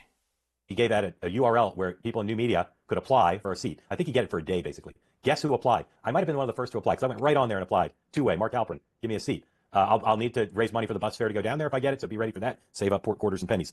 One of the things she said at the briefing was that she tried to calm the horses on DeepSeek, which is a huge story again today. Some people are saying not so dangerous, that this doesn't prove anything, China's not going to win. We can take advantage of what they released. Other people quite worried. She said she kind of split the difference. Wake-up call for the U.S., but remains confident, will restore American dominance. She also relayed a message from the president. It was kind of a weird way to do it. On the UFOs in New Jersey, she said they're just hobbyists and then more hobbyists, copycat hobbyists. So no Russians, no Chinese, no North Koreans, no little green men or women, all good, at least according to Donald Trump. She also said at the briefing, well, I'll skip that because it's just too much to get through. Speaker Johnson at the House retreat. So I suspect that she's right. I suspect that these drones in New Jersey were primarily hobbyists. I don't think they were China and Russia and Iran. Where J.D. Vance spoke today, said he thought House Republicans could keep their majority for a decade. Three more things, and then we're going to bring in our guests. And if you want to ask a question or make a comment, please raise your hand. Number one, on the Kennedy confirmation, the first hearing is tomorrow for RFKJ. His cousin, Caroline Kennedy, who has not been amongst his many, many siblings and cousins who have spoken out against him on a regular basis. I'm not sure. No, has she spoken out at all before? Has she signed her name to the previous letters? I don't know. But she's not been a leader. Skip past this. It's a if you're a Kennedy historian, save some room in your next volume for just this thing because it's quite something. All right, two more things. This item, if you're a certain type of person, you'll say it's the most important of all the stories I told you. But you have to be a really twisted person to think that. And I'm not even going to explain it. This item is just for those of you who understand why I'm telling you this. And for those of you who don't understand, don't worry about it. Mark Zuckerberg joined the Business Roundtable. Okay? I see some of you saying, oh my God, Mark, you should have led with that. And others of you looking at me blankly. Don't worry about it. If you're really curious, you can ask me about it in the Q&A. Lastly, we continue to get more Republicans raising their hand on this platform than Democrats. Even though, as I say all the time, I know a lot. Okay, there's interesting moment right towards the end of this morning show on how in the days when the railroads were being built in this area in the mining. Anyway, so this guy's the public school superintendent in Montana, and he says something fascinating. You say your school. Do you teach at a school? I'm a superintendent, public school superintendent here in Montana. Well, welcome and thank you for joining. What's on your mind today? Well, and that's my area of interest is public education, and I would say I think we're all well aware that the dialogue that came out of the Youngkin election and the conversations in Loudoun County certainly was one of the impetus for Trump's win. And I do think, and I'd love to have another conversation at a later date about when it's more relevant in terms of the. Elliot Blatt says, do the billions invested in AI seem like money well spent? No, not this week, given how successful the cheap Chinese app DeepSeek has become. It's apparently the best AI application that we've seen yet, and it only costs something like $6 million. Department of Ed, but I do think that what Trump does in the Department of Ed is going to have ramifications. So to my mind, it's just common sense that if a kid is disruptive, whether the kid has autism, whether the kid is Jewish, black, Christian, white, yellow, brown, you got to get him the hell out of there so it doesn't destroy education for other kids. But because of our rules, there are all sorts of disruptive kids that are destroying our public education. In the years ahead. And as a really passionate advocate for public education, but I'm fairly conservative as well, I just believe strongly that the Department of Ed, as it has operated for the last 30 or 40 years, is one of the largest problems in public education. It's what's causing the exodus of people, parents and families from public ed. It's what's causing and driving the teacher shortage in public ed. And a lot of us would think, oh, it's the woke stuff. It's not the woke stuff. It's the IDEA Act of 1975 just run amok because the regulations written by the bureaucrats for 50 years are just destroying public education. And I just really believe this. The thing I would love parents to know, and I'll get to a question, I'm sorry, but parents need to know. Parents need to know. Our American parents need to know. If my kid does not have a disability, and that's 80 to 85% of America's students, if my child does not have a disability, My child has no right to a free and appropriate public education. All right, this touches on something that's a big problem in our society. We're so constantly bending over backwards for people with disabilities or people who have minority status that is destroying social trust, social cohesion, and effective business. Right? I don't like all these public access laws that you have to put in all this expensive equipment so that someone with a wheelchair can easily access your store, because you're just encouraging litigation. All right, if people want to create wheelchair access, that's a wonderful, beautiful thing. I don't want to see every business, every church, synagogue, every nonprofit be forced to be held accountable to these crazy laws. Dennis Prager was on a school board for an Orthodox Jewish day school, I think in the Conejo Valley, and they were hiring a secretary while the school was in construction, and they told her at the job interview that she'll have to walk a little bit up a hill to go to a restroom. And so she took the job knowing that, and then she sued them for some kind of violation of equal access. So I don't like all these stupid laws that diminish social cohesion, social trust, the profitability of operating a business, and encouraging litigation. The only people in the United States who are guaranteed FAPE, which is an acronym we use in education all the time, free and appropriate public education, are students with disabilities. So 85% of... Right, so it sounds nice to bend over backwards to help people with disabilities, but if you are diminishing the quality of life and social trust, social cohesion for the majority population and encouraging needless litigation, and here you're just destroying the quality of public education by saying that these crazed kids who are incredibly disruptive can't be kept away from normal kids. Right? This is an insane bent that America's been on since the 70s. Of our American students do not have a federally protected right to an education. Parents don't know that. Right. I'm sick of these federally protected identities. Right. Whether it's because you're autistic or you're gay or you're LGBTQ or you're black or whatever, there should not be any federally protected identities. If people want to hire you or not hire you, right, let people make that decision. If people want to rent to you or not rent to you, let them make that decision. If people want to go to extraordinary lengths to allow you to roll up to this store or this church or this synagogue, like in your wheelchair, then good for them, but don't mandate it and don't make it an easy grounds for needless litigation. But they do know it because they vote with their feet and they leave the public schools and they say, those public schools are doing nothing about behaviors. They're doing nothing about kids can do this and that and nothing happens. And parents don't know that our hands are tied, just locked up by the regulations imposed by the Department of Ed through the OSEP, the Office of Special Education, and Right. So these kind of policies are usually the tip of the spear.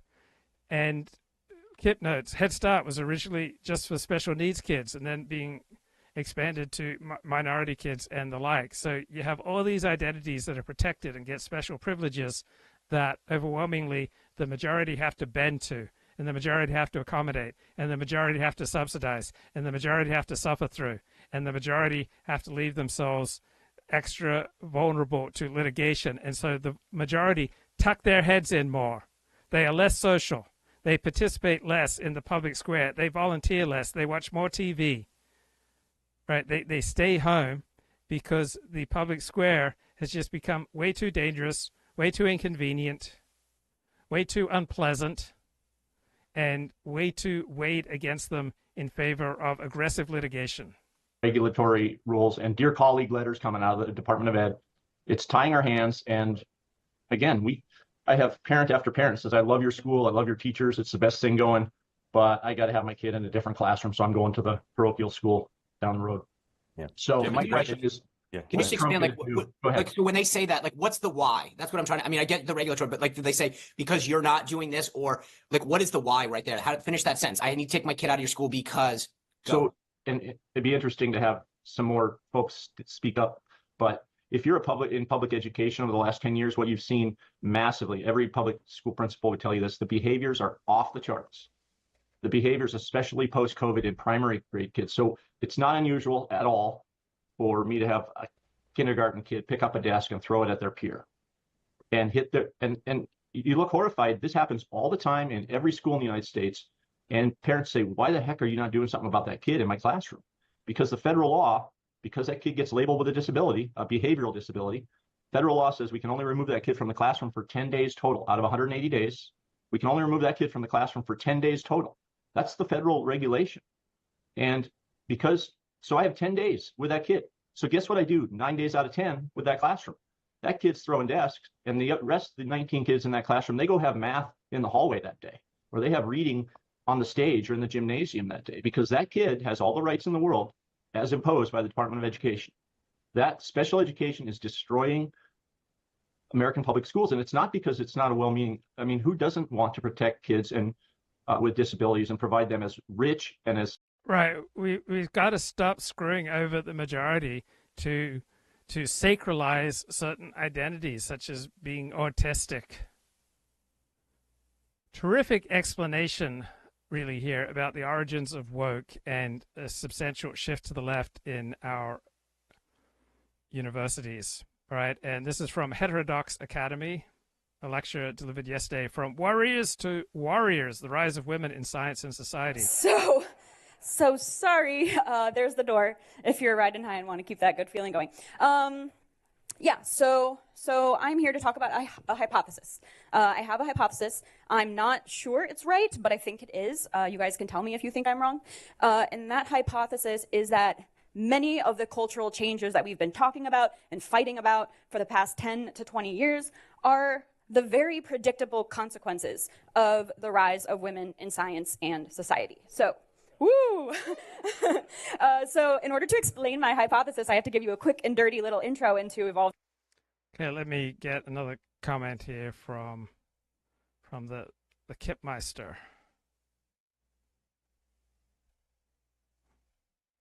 They won't put the disruptive kids in a romper room environment where normal kids can learn and undisciplined kids can ruin each other's education. Yeah.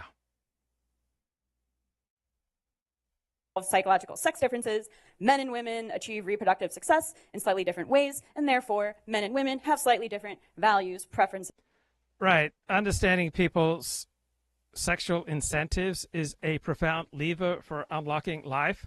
Right. Once you decide the type of sex life you want to have, that is going to be of enormous influence on whether or not you're religious. If you want to marry and stay monogamous with your spouse and raise kids, right, you're overwhelmingly incentivized to become religious. If you want to bang with a bunch of different partners, you're overwhelmingly incentivized to leave religion. And priorities.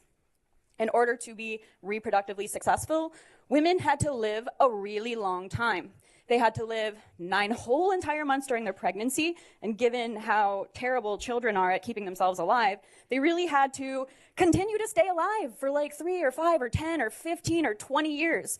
And so in order for women to be reproductively successful, they had to have characteristics that help them avoid risks and help them care for vulnerable others. So women are more risk averse than men. They prefer to befriend highly trustworthy and equal status others. They want to surround themselves only by the most morally pure and trustworthy people. And they have high concern for protecting vulnerable others. Men, on the other hand, in order to be reproductively successful, they needed to gain access to women. And the way they did that was by competing in status-based hierarchies, climbing those status hierarchies to gain deference from other men and access to women. But they also had to cooperate within these large coalitions of men so that they could beat other groups of men and get access to their women too. So men benefited from demonstrating their merit to their peers so that they could build and climb these merit-based hierarchies. They wanted to identify competent others and cooperate with them, and they benefit from having maximally large groups. This is important. Men are trying to build these maximally large groups. Women are trying to purify and pare down to a group of trustworthy others. Okay, a very intuitive and memorable framework for these differences. My favorite is Joyce Bennenson's Men as Warriors and Women as Worriers. And she has studied sex differences between infants, children, adolescents, and young adults. Just to give you a little sample of some of her findings. Males prefer groups. They have larger networks. They affiliate more with peers. They're more tolerant of genetically unrelated peers. They dominate their peers to gain status. They affiliate more after conflicts and competition. So if two men get into some kind of conflict, it establishes who's higher in the status hierarchy, but they continue to be friends afterward. They affiliate more with peers of different ranks, so they're happy to work with people above them and people below them. They prefer friends with status potential, people who are competent and high in merit, and they're more hierarchical and meritocratic. Females relatively prefer dyads. They're more likely to terminate friendships, exclude allies, eliminate competition, hold grudges, pare down large groups via ostracism. They prefer performing the same as their peers, the logic here being people who are above you are potentially posing a threat, but people below you that might cause them to be jealous, and that poses a threat to you too. So better we're all the same. They're more empathic and they're more helpful toward victims. They self-protect more. They prefer loyal friends, and they're more egalitarian. The cutest demonstration of this in one of her papers, this was a study with, I think these were like 3 to 5-year-old boys and girls, and she gave these little boys and girls stickers to distribute to these 2 different colorings. One you can see is a pretty nice coloring, the other one is more scribbles. Boys were more likely to give more stickers to the good coloring, and little girls were more likely to distribute the stickers equally to the 2 colorings. Okay. Why is this relevant at a conference on censorship? Well, many institutions, most institutions even, were created by men, for men. Men participated in them first for a long time, including academia. This is true across countries. Women joined academia much later. They weren't allowed to participate, but nonetheless, they weren't there. And so the status quo in many institutions should reflect male preferences and priorities. So in academia, we do have these large merit-based hierarchies. We have direct competition for publications, for grants, for awards, for jobs. These are more male-oriented values. However, very recently, very, very recently, only in the past 5, 10, 15, 20 years, women have started to dominate academia. This top graph, so these are both the US, but similar patterns are true in other like Western countries. The top one is PhDs, and so you can see starting around, I don't know, like 2009-ish, I think, women started to earn the majority of PhDs. The bottom graph is faculty at higher education institutions, and I think around 2019, women officially also are the majority of professors. This shift, women being a very small minority of participants in an institution to being the majority participants in an institution, have some predictable consequences. These predictable consequences that I'll talk about are increased preference for equity over merit-based hierarchies, increased harm avoidance, and increased ostracism as like the preferred strategy for dealing with conflict. Okay, so first I'm going to go over some like anecdotes that demonstrate these things have happened, and then I'll get into some data from various scholars who've looked at actual self-reports of men and women and what their values are, what their stated values are. Okay, equity over merit-based hierarchy. Many universities eliminated standardized testing. This is a measure of merit in order to make sure we're putting the top students at the top schools and in the top programs. A lot of universities decided to get rid of those. We have a problem with grade inflation, which is true K through 12, but also in colleges as well. What is the, Luana? The average GPA, what is it these days? 3.9. I hope you're lying. It's 3.9? Oh, good God. Okay. Yeah, grade inflation. And then you might be like, well, these are just like the most talented kids ever. But actually, they're performing terribly on the standardized testing. So this 3.9 GPA, I don't think is smartest kids ever. I think it's equal distribution of the stickers. Everybody gets an A. The introduction of diversity, equity, and inclusion committees. Conveniently, they put the word equity right in there. So preference for equity. Tens, hundreds of millions of dollars being spent on these programs across the US. Increased preference for harm avoidance. Many universities have started putting trigger warnings on books that had been taught for decades. Now the students can't handle them and they have to they're too psychologically upsetting for students and they need these trigger warnings. The introduction of safe spaces, often targeted at groups that are perceived as vulnerable and in need of this extra protection. The introduction of anonymous reporting systems at schools where anybody can report anybody for saying anything and then an investigation will happen. This is all trying to minimize potential risks and potential harms. Increased incidences of scholars being targeted for their teaching and research. If you read through these cases, the vast majority of them seem to have something to do with professors said something that could be perceived as harmful and especially perceived as harmful to groups that are perceived as vulnerable. I made this slide before Ivan's talk, so maybe this is a bad piece of evidence. I agree that the vast majority of retractions are for legitimate reasons like errors and fraud. Nonetheless, it's very obvious that many retracted papers are retracted on the basis of harm concerns about the conclusions, and especially that they could harm vulnerable groups. The introduction of explicit policies that are harm-based policies, indicating that papers might be rejected or retracted on the basis of harm concerns, and again, usually to groups perceived as vulnerable. Ostracism as the conflict resolution strategy, that is the cancel culture strategy. When men get into a conflict or a man does something wrong, his status takes a hit, he gets kicked down the hierarchy, he has to prove himself and earn his way back up, but he's not kicked out of the group altogether because we can't just afford to be kicking people out left and right when, maximally large groups are more competitive. We want to make sure we're taking advantage of everybody's skills. In contrast, for women, the solution would be, if you've shown me that you're a risky person, you're a person who's posing risks of harm to others, I don't give a shit what you can contribute or do in the future. You're out forever and you're never welcome back. That is a more female-oriented strategy, and it is also the strategy that we see in cancel culture. Okay, how you guys doing? Okay.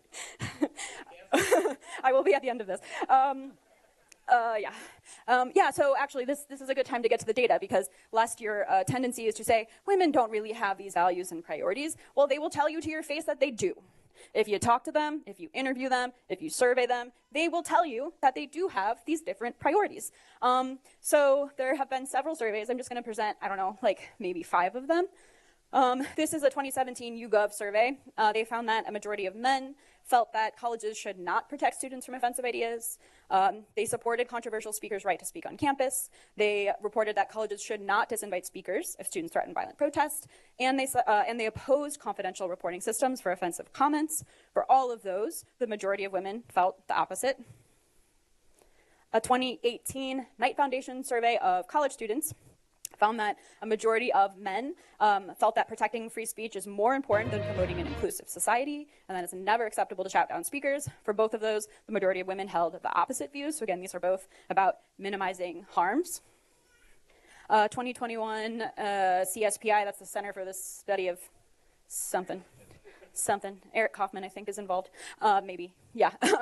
Of over 3,700 academics and PhD students, found that 66 to 75% of men support intellectually foundational texts above diversity quotas on reading lists. 44 to 66% of women support diversity quotas above foundational texts. That is an example of a preference for equity. Everybody's ideas are represented equally on the reading list, regardless of which ideas are potentially more influential or important. Female academics are more supportive of dismissal campaigns against colleagues who reach controversial conclusions. So this is ostracism of people who say things that are potentially harmful. Rausch and colleagues had over 570, undergrads, grad, and PhD students, and he asked them to allocate 100 points to 5 different academic priorities. And men allocated relatively more points toward academic freedom and advancing knowledge than women. And women allocated more points toward social justice and emotional well-being than men. Again, so trying to prevent potential harms to vulnerable people. Survey of psych professors that I ran. This is a response to the question, should scholars be completely free to pursue research questions without fear of institutional punishment for their conclusions? Majority of men say yes. Fewer say it's complicated, almost none say no. Among women, almost none say no. But the majority say it's complicated, and fewer say yes. So women are willing to negotiate the pursuit of truth with the possibility that some people might need to be punished or kicked out if they come to a conclusion that's potentially harmful. Responses to the question, if pursuit of truth and social equity goals appear to come into conflict, which should scientists prioritize? Majority of men say truth, fewer say it's complicated. Majority of women say it's complicated, fewer say truth. So women are more willing to negotiate the pursuit of truth with equity, a moral goal. This is support for various actions against scholars who forward biological explanations for group differences. Reason it's that is that is the category of conclusion in the behavioral sciences that's the most taboo and gets you in the most trouble. You can say things are caused by discrimination, oppression. You can't say it's caused by biology or evolution or genes. No differences between male and female psychology professors in support for normal scientific criticism. Both of them support that highly. But women are more supportive of socially ostracizing them, of publicly labeling them pejorative terms such as bigot, racist, sexist, disinviting them from talks, refusing to publish their work regardless of its merits, not hiring or promoting them even if they meet typical standards, No differences for stigmatizing grad students. I think that's because it's perceived as a vulnerable group. But more supportive of firing them, more supportive of shaming them on social media, and removing them from leadership positions. So all of this is... So this all completely 100% comports with my life experience. Kind of ostracism of people who are perceived as posing potential harms. I had the time, so I wanted to throw out like a few other wild speculations about the cultural rise of women, because I think the cultural rise of women has affected probably just about everything that's been happening. But just for a few fun ones, I think the rapid increase in approval of same-sex marriage is probably in some substantial portion the result of the participation of women in culture and intellectual culture. Men are more opposed to homosexuality than women. The explanation for this is that men are looking for indicators of masculinity and formidability in other men. And so men who indicate, or rather signal signs of femininity, are off-putting to other men, whereas women don't give a fuck. Like, we're like, gay people are great, it's really fun, what's the big deal? And so women are more supportive of... That 100% comports with my life experience. Of same-sex marriage. I think it's no coincidence that many of like the heroes of the gay community have been these like powerful, influential women who used their, you know, their status and influence to advocate for the gay community. So I think that potentially wouldn't have happened so fast if women weren't participating, or it might not have happened at all, actually. Increased concern for animal welfare. Women are more opposed to animal testing. They eat more plant-based diets. They have more empathy for animals. And one thing that's happened in academia is we've phased out a lot of animal testing that was being done with dogs and monkeys in particular.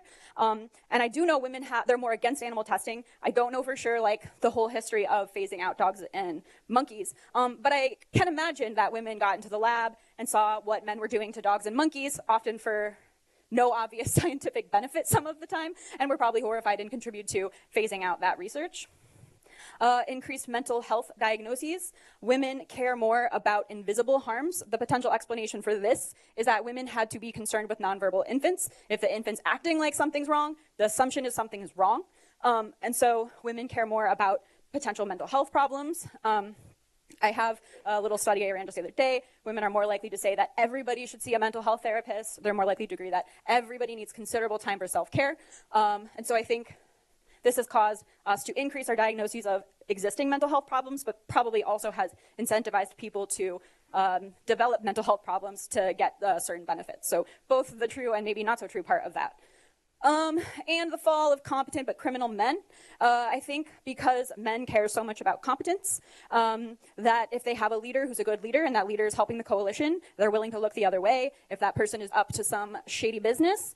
In a survey I ran just the other day, I see that men are more supportive of leaders who break the rules. They're more supportive of keeping a leader in position, even if a lot of people are reporting that the leader's up to no good.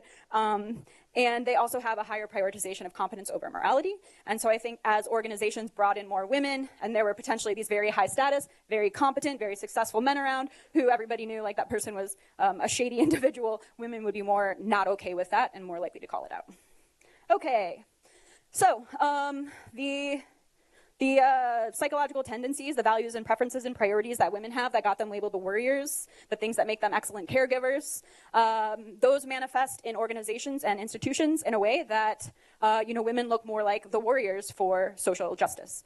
I used to kind of say that and say like this is a descriptive account. I'm not here to solve problems. I'm here to tell you what's going on.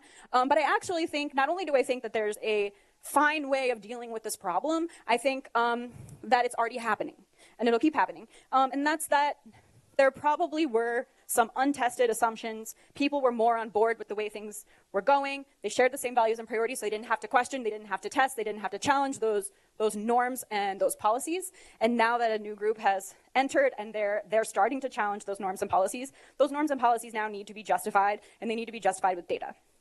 This is already happening.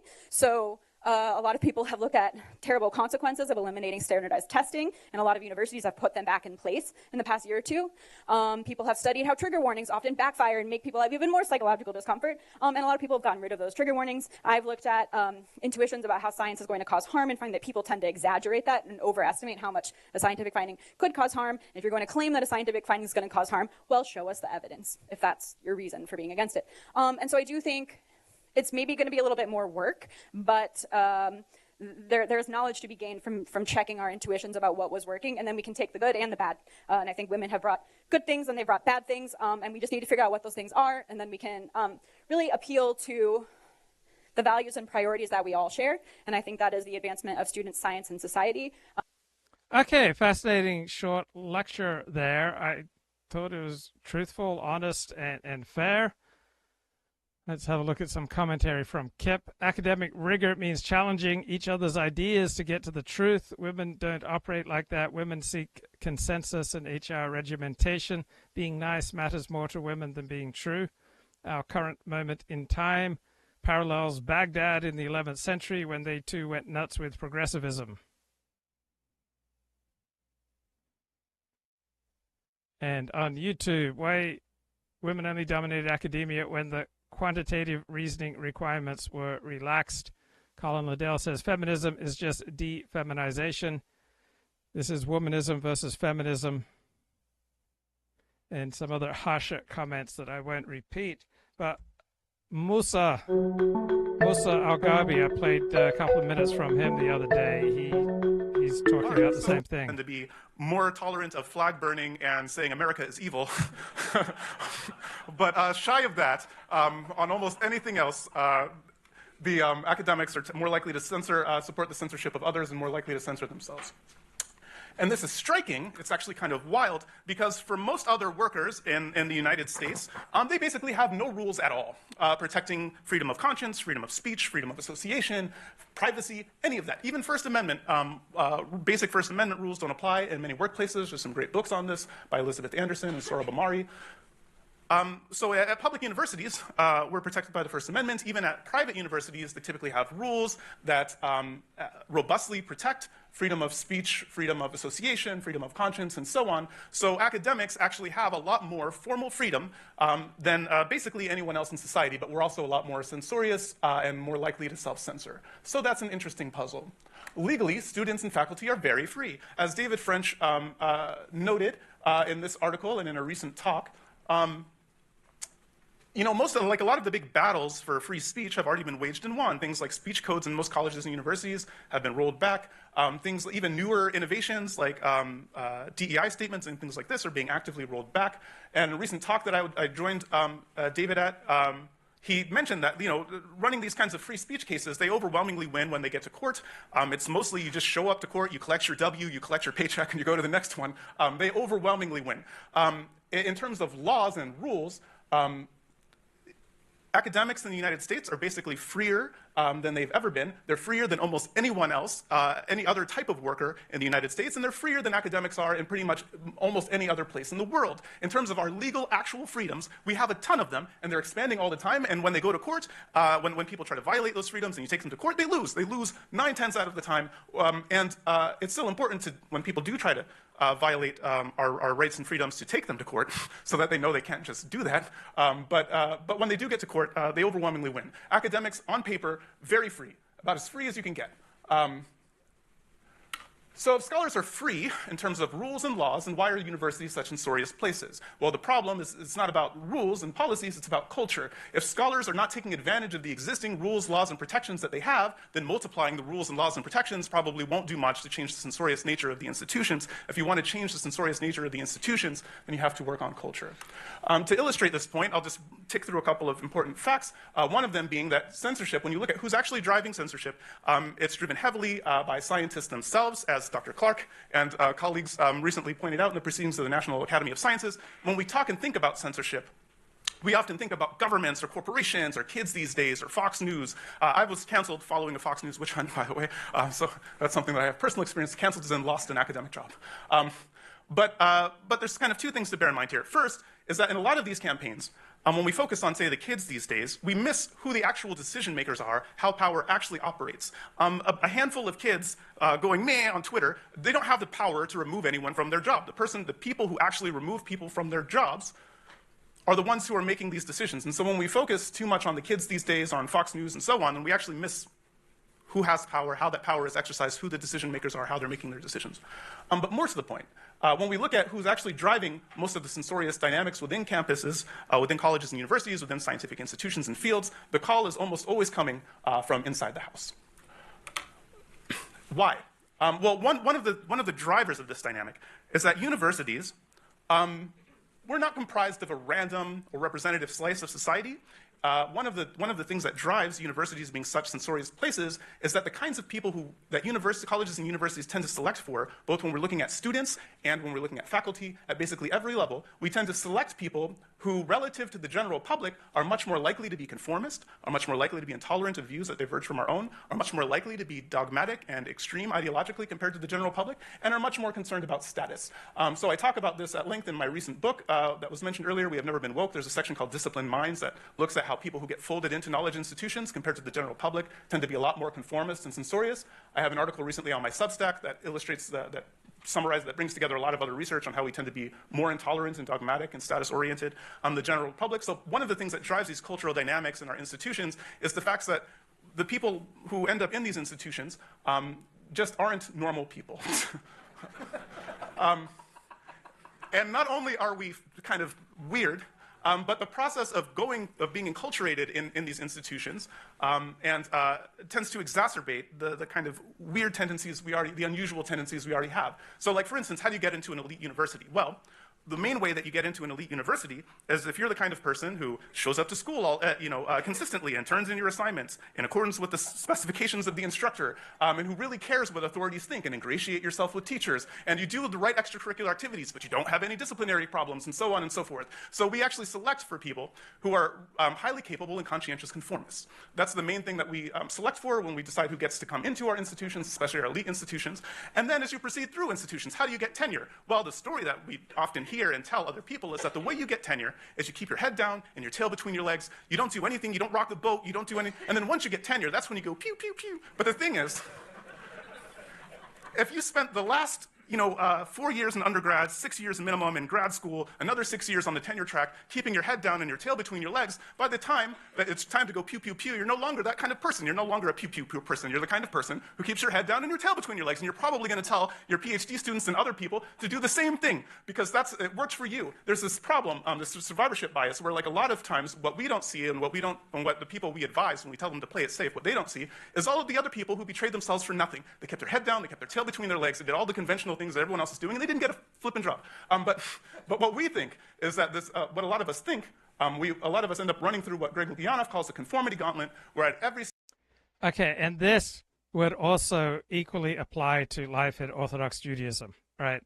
Well, life in Orthodox Judaism is highly conformist, right? You're strongly encouraged not to stick out, not to offer contrary, dangerous opinions.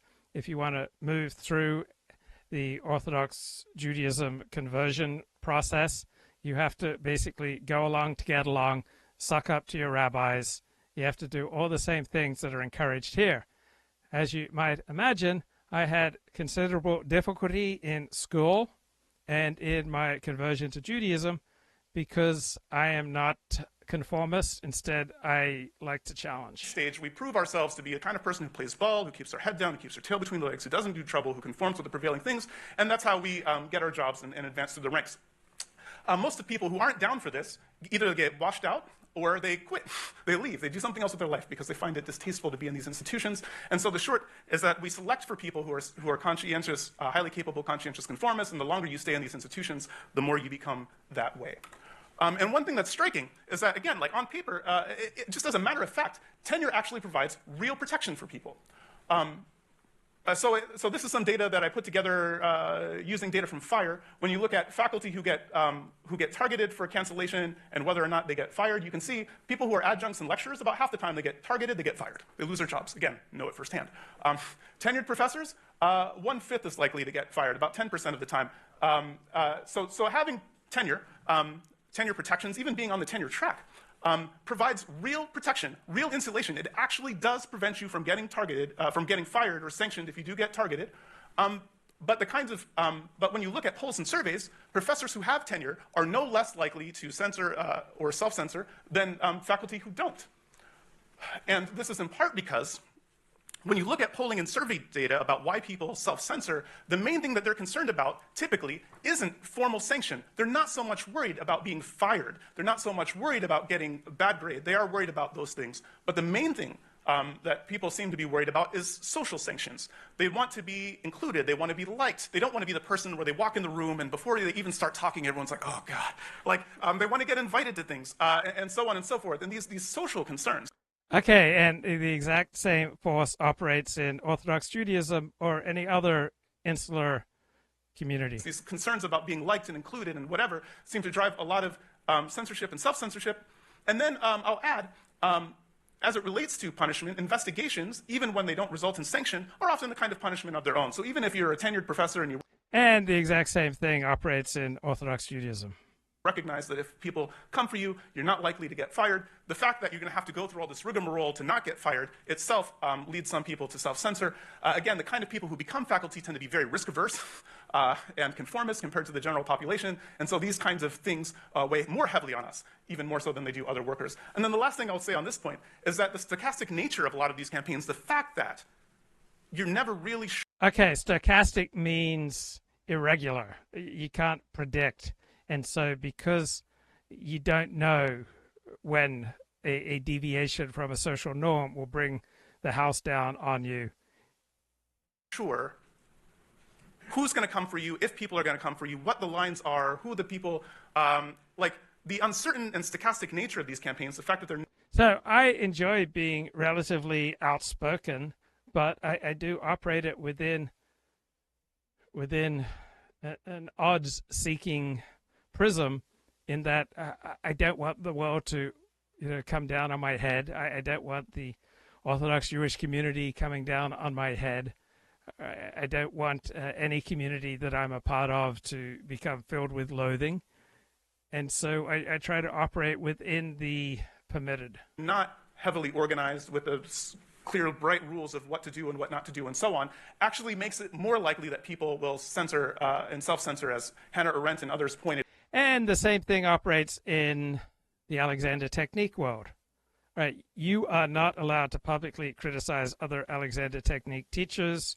You're not allowed to criticize other Alexander Technique subdivisions within the technique, certain schools. So, for example, there are three major approaches to the Alexander Technique. One of them is an approach that descends from Patrick MacDonald, and there are hundreds of Patrick MacDonald style Alexander Technique teachers in the world, and when they set up their own training programs, all right, they tell their students, do not take lessons from anyone outside of the Patrick MacDonald style. And I made a blog post about that, and I got myself effectively isolated from the Alexander Technique world, right? That blog post, just that one post, simply noting that in the Patrick MacDonald style and Alexander Technique schools that employ that approach, they discourage their students. They let them know that they may not, should not take Alexander Technique lessons from other teachers outside of the Patrick MacDonald style approach to the Alexander Technique. And just saying that, and I was done in the Alexander Technique community as far as the organized, prestigious part of the Alexander Technique community. I have not been invited to any Alexander Technique gathering of an official nature since I made that one post. That one post, I am done. All right, so no invites for 40 for any official Alexander Technique gathering, right? No Christmas invites, no July 4 invites, no Let's Trade Work invites, no nothing, right? Done, dusted, just completely outside of the prestige section of the Alexander Technique world, the most organized section of the Alexander Technique world. I would be removed from membership in the dominant Alexander Technique teaching society. And unless you're a part of that group, all right, there will be other professionals who then will not want to take Alexander Technique lessons from you because you're not validated by the dominant Alexander Technique teacher training group. So one little deviation, and effectively your career in the Alexander Technique community, in the official dominant Alexander Technique community, is over. it out. It's actually the arbitrariness and uncertainty enhances the propensity of people to censor compared to if they knew who the people to avoid were, what the rules were, what the things you can say and can't say. Under that circumstance where there's a lot of censorship but people know what the rules are, they are a lot more likely to say edgy things than if they just live in uncertainty. And this is increasingly true of most businesses that have an HR department, right? Much less freedom of speech in corporate America and in any business with an HR department, right? Much less freedom of speech now compared to 10 years ago, compared to 10 years before that, and 10 years before that. About who or if people will come for them. Okay. So I said tenure is a system that's supposed to promote freedom, but in practice, what it leads people to do is keep their head down and their tail between their legs and avoid risk and become just an even more risk-averse person than they already were. Tenure isn't the only system, an institution that we have in our institutions that's supposed to promote freedom, but in practice does the opposite. A lot of our institutions, as Jonathan Rauch pointed out, are also oriented under the idea that, well, you have, that we all have our biases and limitations, we all have partial and situated knowledge, and then if you have stakeholders who have different interests, different values, different priorities colliding together, then you can produce something that's more like comprehensive, objective knowledge and so on, that we can correct our own errors and shortcomings together, collectively. And so we have a lot of these adversarial, team-based decision-making processes, like committee decisions about who to admit, hire, and promote, or peer review, and things like this. The only thing is, like, these systems only work as intended when you do have substantive diversity in terms of values, interests, and priorities. In the world we live in, where... So, in short, anytime I've worked for an operation that had an HR department, I was fucked, right? I was just never going to last there. There were just too many rules. There were just too many opportunities for my peers to sabotage me, right? Just not going to make it in that kind of world. Academia is comprised of a narrow and idiosyncratic slice of society. These same institutions, like peer review and committee decision-making and so on, can actually make it harder for novel ideas to break through, harder for people to dissent. It can make things like misinformation cascades more likely, not less likely, and so on. So a lot of systems and institutions that are supposed to that were designed around academic freedom actually serve the opposite purpose as a result of how these fields and institutions are comprised. Another cultural point is that many faculty and students don't know their rights. They don't understand what their rights are. They don't know who they should consult if their rights are violated. They don't know why they have these rights to begin with or how they were put into place. They can't articulate. Okay, this guy is consistently interesting. His name's Musa al-Gharbi, and I believe he's a sociologist.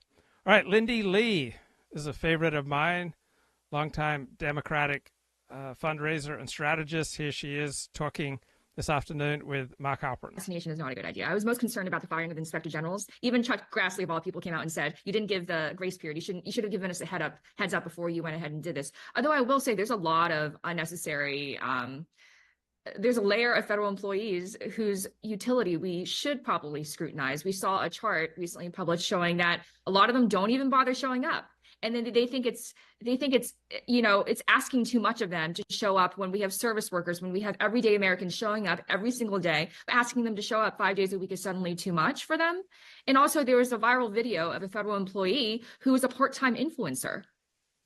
Did you see that, Mark? I read a reference to it on Twitter. Right. She was just sobbing because she has to show up to work now. I mean, these are not the kind of people who should be slurping from the public trough. Yeah. Congresswoman, let me ask you about that, because I've been very... Okay, I don't care about the Congresswoman and her conventional answers. Participating in that local economy. And so I think it is important for people to go back. Lindy, I to join you today. So much has happened in the intervening months since I saw you. Absolutely. But I mean, do you hope the Democratic Party changes and reforms, or are you done with them and don't much care? There's so much hurt and trauma in just the past month. It's hard for me to even, I'm here to be extremely honest with everybody. It's hard for me to be even completely objective because there's so much personal just hurt and betrayal. And so it's very good for the functioning of our democracy to have two very strong parties contending with each other. Right now, we simply don't have that. The Democrats are just wandering around in the wilderness. And I'm sorry if this offends anybody, but the DNC terror race that's coming up on February 1st, Stephanie, I don't know if you feel differently. I don't feel particularly inspired by any of the candidates. I just don't. I know them personally. Ken Wickler is a wonderful guy, but I'm not sure if he's the Obama-esque figure that can lead them out of the current vortex that they're in. Yeah. They can't even agree on a consistent message on how to deal with Trump. It's just like, at this point in the 2008 cycle, Obama was already waiting on the wings. He gave his DNC speech in 2004, and we all knew that he was going to run for president. Right now, there is no one of that stature or that talent that the Democrats have, in my view, at least. Yeah. I want to ask Congressman a question, picking off the two things you said, but I do want to say something to you. And I said a version of this last time. I understand the nature of our politics today. And I see probably 1/100th of what you're subjected to, but I feel so horrible to what you've been subjected to for speaking your mind and speaking out. I find it just personally horrifying, and I think it's a horrible commentary on our culture. I hope you stop looking at Twitter. That's my hope, because that's the worst. Are you talking to me? Yeah, I'm talking to you. I feel horrible. Oh, that's so kind. I feel so horrible about what you've been subjected to, and that's not taking a side about any of the things you said. But I see some of what you're subjected to. It's just. It's heartbreaking to me. I feel bad because they started tagging the two-way account. I was like, oh, Mark, I'm so sorry. Did you see the last one? They tagged your account and everything. That's right. It's free publicity. We're good with that.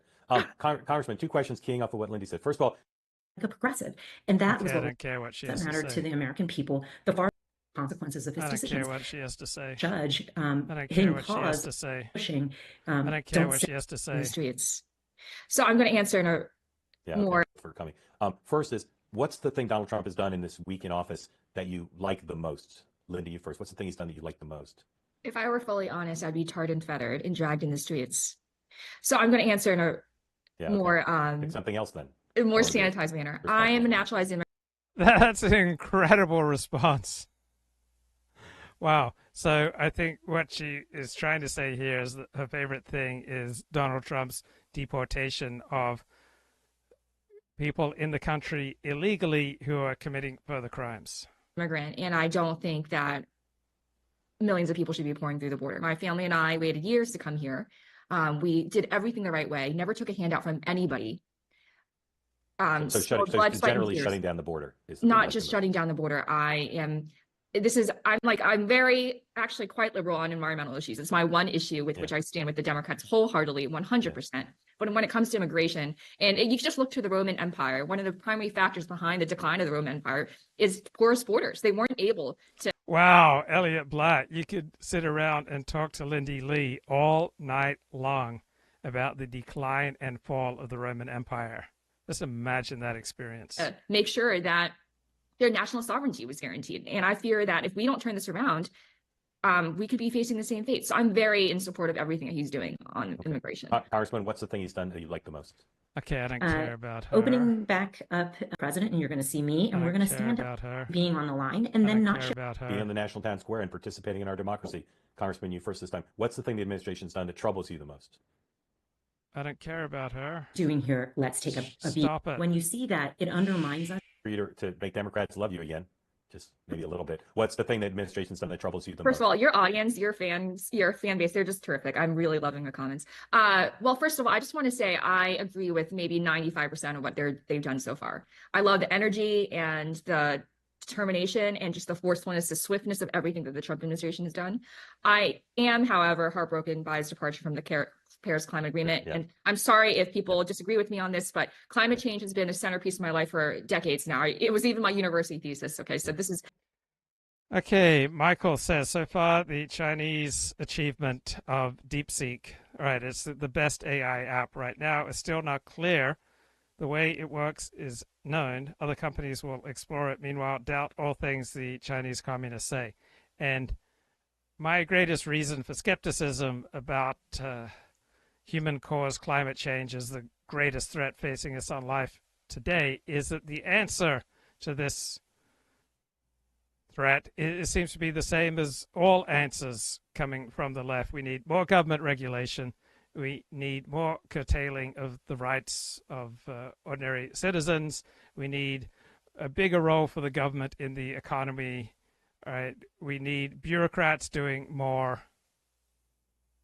So when every single time the answer is bigger government, more regulation, less freedom, it makes me a tad skeptical that they're really reacting to a threat. It just seems that they're just using an allegation of an emergency to promote their left-wing agenda. live between you and Dan in the Upper West Side. So I think I figured that out. I see my very disaffected Dem worked because I don't have a puppy or a baby. And I actually am a very disaffected Democrat. So, and I know very many of them as well. And so a couple things Not so disaffected you voted for Donald Trump, though, right? So yeah, good point. I didn't vote for either. I did RFKJ as a protest vote. I didn't even necessarily want to vote for him. So yeah, I didn't vote for Trump, but I'm very sympathetic to Trump voters, to MAGA, understanding what people are wanting. However, I really did struggle today with the particular executive orders that made it that people were not sure. Am I going to have food? Am I going to have my Medicare? Am I going to? Okay, these executive orders don't cover that. I mean, she's being hysterical about nothing. Okay. Let's see what Byron York and Laura Ingraham have to say here. Donald Trump's press secretary.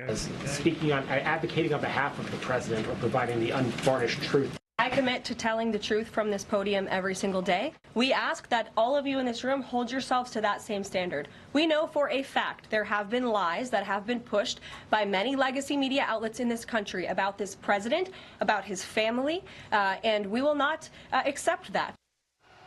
Ooh, that was fun to watch. It's like, Levitt to press, stop lying. Well, she was just stupendous, and she was very unlike her predecessor in one key respect. Where was the binder? Did you guys see the binder? If she had one, I didn't see it. And she batted away their immigration sob stories.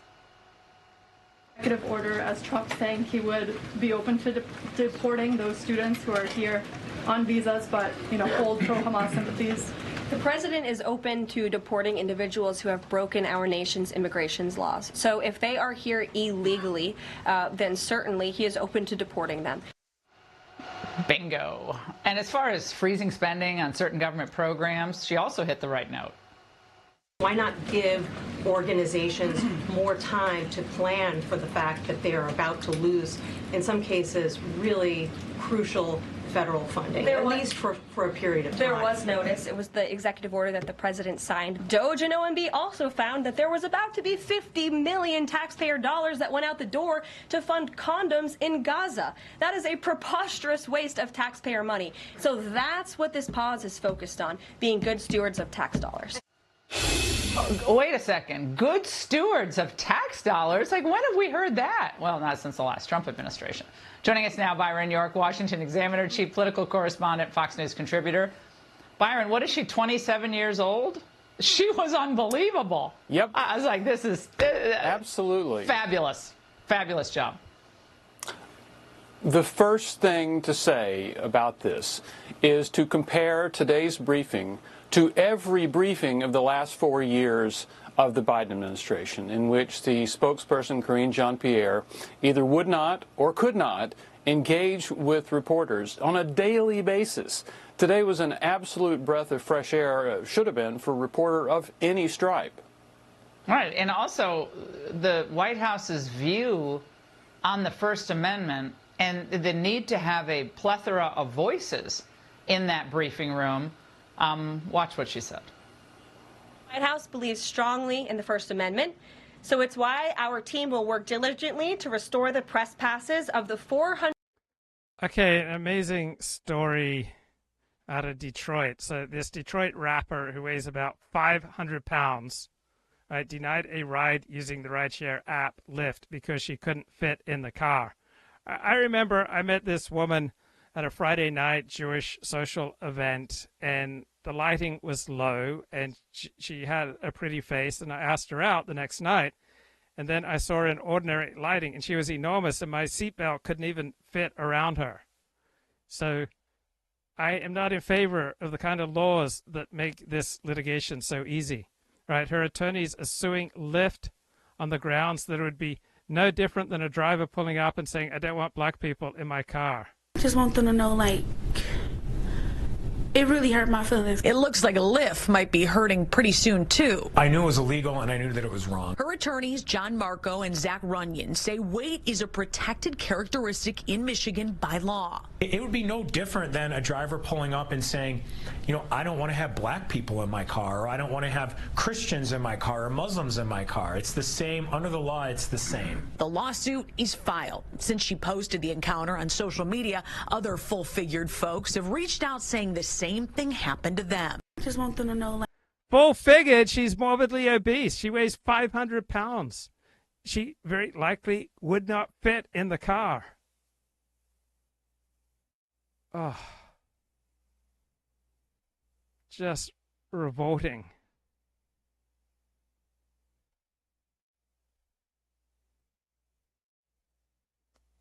All right, what we need is more immigration enforcement and more incentives to encourage illegal immigrants to self-deport. They be potentially offered to make them self-deport. I've heard smart people say, we don't want to pay these people anything, but if you calculate what it takes Tom Homan and team, all the agencies you just named, you know, on a per immigrant basis, it's a lot of money that we're expending to go after these guys. What if we could come up with a way to, like, I don't know, I'm just picking a random number, like $2,000 if you return to Guatemala. You know, here's a big check waiting for you. Get out and get down there, and we'll work with the government to make sure these people get paid. I know it sounds outrageous to pay them, but like better just to get them out of the country. And if they could self-deport, it would make it a whole lot easier on you guys. Is that crazy talk? No, that's been discussed. It's an option. We're looking at what the pros and cons are. But you're right. It would save the taxpayers some money. And there are other things we're helping them get their affairs together, giving a window of 30 days, the non-immigrants, non-criminals to put their affairs together and supply transportation back to their homeland. There's also talk about creating real opportunity zones in those countries. So when they go back, they're going back to a job differently than every other administration, though. We got to make sure. All right. I like this guy, Tom Homan. Here's another Megan. Won't be surprised. Has done a hit piece on conservatives, but this one is so interesting because it's totally backfired on them. They put out, let me just walk you through it. Okay, so they put out this cover of New York Magazine, and it shows an event at Inauguration Weekend. I think that was put together by C.J. Pearson, who, not for nothing, is a young black conservative. And the headline for the listening audience is The Cruel Kids Table. The Cruel Kids Table for New York Magazine. And what you see on the front is a collection of absolutely beautiful, happy, seemingly optimistic, world at our fingertips, 20s and 30s folks celebrating Trump's win and the promise that it brings for what again? America. That's for you, Captain. And what we got from New York Magazine was a smear piece that tried to tell us they're racists and cropped the picture to eliminate the black participants. So look at the larger picture, the larger spread that appeared inside the magazine, but not on the cover, where you can see on screen left, there are 1, 2, 3, at least 4 black men who have been cropped out of the picture. It's really shocking. I mean, I guess it's not that shocking, but it's an obvious hit piece on MAGA. And what they've actually wound up doing, and I do mean they, because the person who wrote this uses the pronoun they. I'm sorry, but they is taken, Brock Collier. They is not available to you. I think Brock is a he, going by they. I refuse. I'm going to call you he. Brock thinks he has it all figured out. And then I guess if he just puts a bunch of beautiful white people on the cover of New York Magazine, it's going to make us hate MAGA. What I think is going to happen is young, bitter, shaved head leftists with their little blue bracelets and their huge glasses are going to look at these youthful, gorgeous, glowing, optimistic, world at their fingertips young people and say, I wish I could get in. I want in with that cool crowd, and not look at them as the cruel table, because the evidence of cruelty is they say the word retard and they're not sorry. Okay. That is a backlash against wokeism, where people have had it with having their language policed. This guy, I think, tried to win me over and stop me from doing the segment at the end where he tried to compliment this show, saying he had apparently taken to it. I have no idea really what it was, but he was saying that these folks no longer have any patience for identity warriors. He said, a friend and I started swapping clips of MK on Instagram. We thought they were hilarious. Our favorite was her take on the fires in LA. The last thing I want to see if I'm burning in a burning building is A, a woman, and B, an obese woman. You're almost there. But in any event, they still don't get MAGA. They don't get old MAGA. They don't get middle MAGA. They don't get young MAGA. And okay, good time on. The way I was taught is that if the words begin with consonants, you can also call it consonants. So, well, thank you. I just want to make a note here. I've been thinking a lot about the Democrat side, and in my lifetime, I'm an elder millennial. I've never seen the wind taken out of them like this, but I think it's the logical conclusion to all the moral relativism on that side. Like, I'm just living my truth politics. And I think that the Democrat Party became the party of don't believe your eyes and just take a leap of irrational faith. And so I think this is a faith crisis for the Democrats where their beliefs are being challenged. And that's tough. And that's going to take a long time. So that's just one comment. Yeah. It's more a crisis of faith. I think you're right. That's well said. Yeah. And there's so much to go on that. But I have a question for Alex. And the question is, I was talking to my diner, we'll say like my local network. And one of the big questions coming from them, they love the first week of Trump. They're all really happy to see everything in action. The lingering question is, what's going to happen to the economy? How long is it going to take to heal from what we understand is COVID brutality, plus I think a pretty incompetent government with AI? And average people get it. Like, crap, how do we recover when we have such a new frontier ahead of us? Do we have hope? How long? Because we're crippled, and myself included. Like, we're really hurting. And so I just want to get your perspective, Alex, on the government's role and reality in that right now. Yeah. Some of it, I think that's a great question. And if I were smart enough to actually know, I'd probably be in Las Vegas. But I think, one is Trump has done it before. And what he did before will work again, which is a business-friendly, entrepreneurial-friendly economy. If you want to put more money in America's pockets right now, cut energy prices. And and it's not bad now. In all fairness to Biden, we've kept producing a lot of energy. There'll be a lot more of that in Trump. I think the Trump folks clearly understand that, and they see that as a big stimulus. Yeah. You look at Doge. Less money in Washington's pockets means more money in your pocket. That's what they're going to try to do, as certainty, economic certainty, that we're not going to pick and choose any particular industry or business and punish them policy-wise because we disagree with what they're doing. Right. So I think things like that. Then there's other things I mentioned earlier, deglobalization. Right. What's the safest place to invest $1 in the world today? And what do you think it's going to be for the next 4 years? In a world that's becoming less certain because Trump is in retreat, right? Trump, we can no longer afford to be the world's policeman as we were post-war. So add AI into it, and AI, again, the businesses to invest in are not AI businesses. They're the businesses who use AI to make everybody's life simpler and easier. So I think it'll actually be sooner than later, sooner than last time. And a lot of it is just confidence. A leader that says, hey, lift your eyes over the horizon, we're going over here. It's going to be better there. That animates people. That encourages investment. That says, mom is going to leave the home and start a small business. Yeah. So I think it'll be pretty soon. Okay. Megan, I love your perspective and input on political communication. And so my question for you is there any classic book or classic resource that you say would really speak to the craft of political communication? Yes. First thing I would read is The Three Uses of the Knife by David Mamet. It's a little book about storytelling and why we have our stories in 3 acts. And if you, first of all, read anything by David Mamet, because in my view, he's the best American writer around. But if you read that, he has a line in there, what the political hack and the writer have in common is the ability to state the problem. As a political hack, I know that's true. That's how you tell stories. If you control if you want to, it's like telling a joke. It's the setup and the punchline, the problem and the solution. We don't do solution problem. That was one of Biden's issues, I think. Policy and then go out and why is it necessary? No, problem, solution, the 3 uses of the knife. That's about all you need to know. Okay. Thank you. Great question. About 100 pages.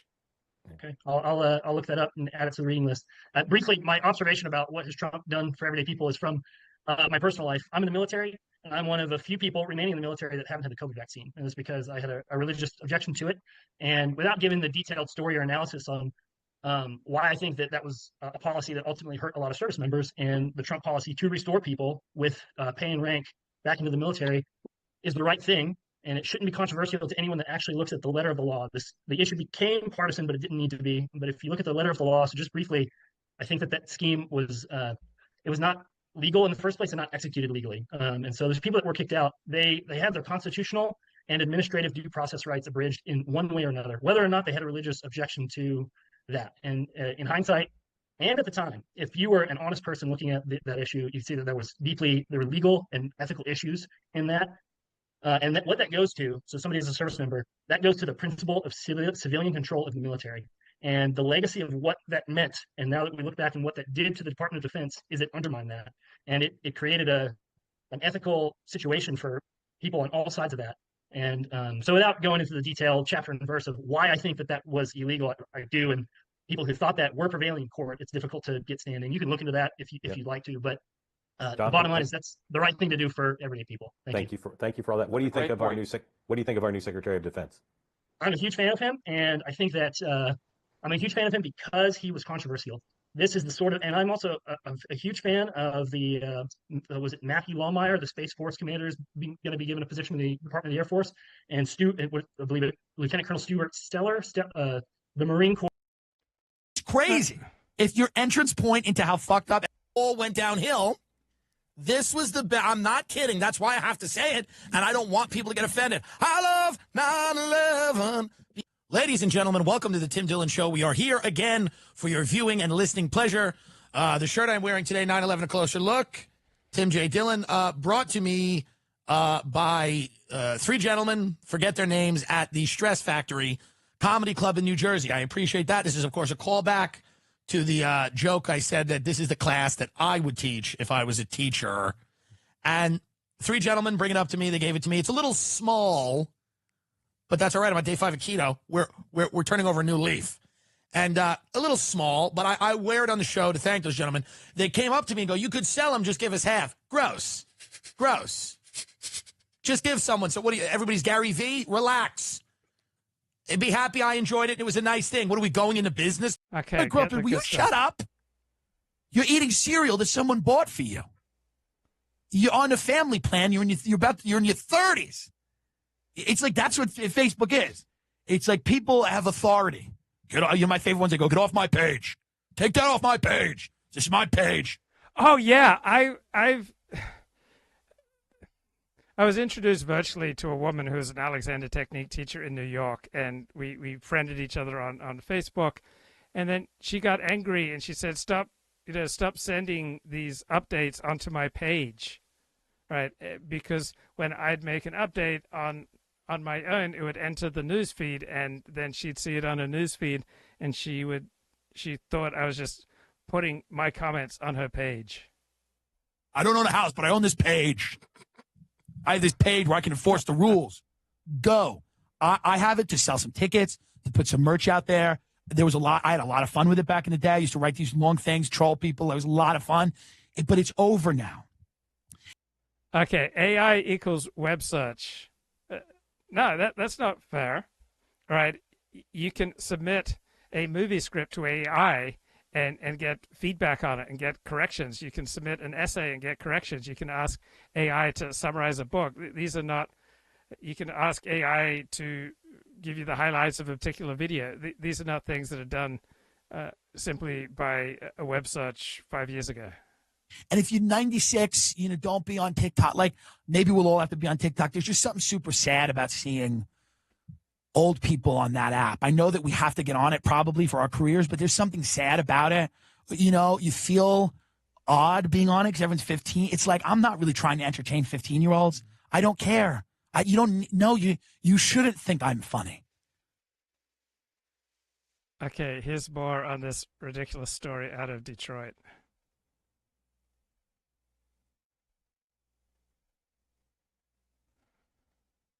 Mr. Acosta goes to Washington and leaves. All right. There it is.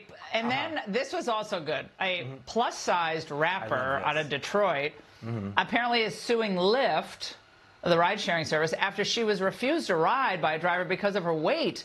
She captured the incident on video. Watch.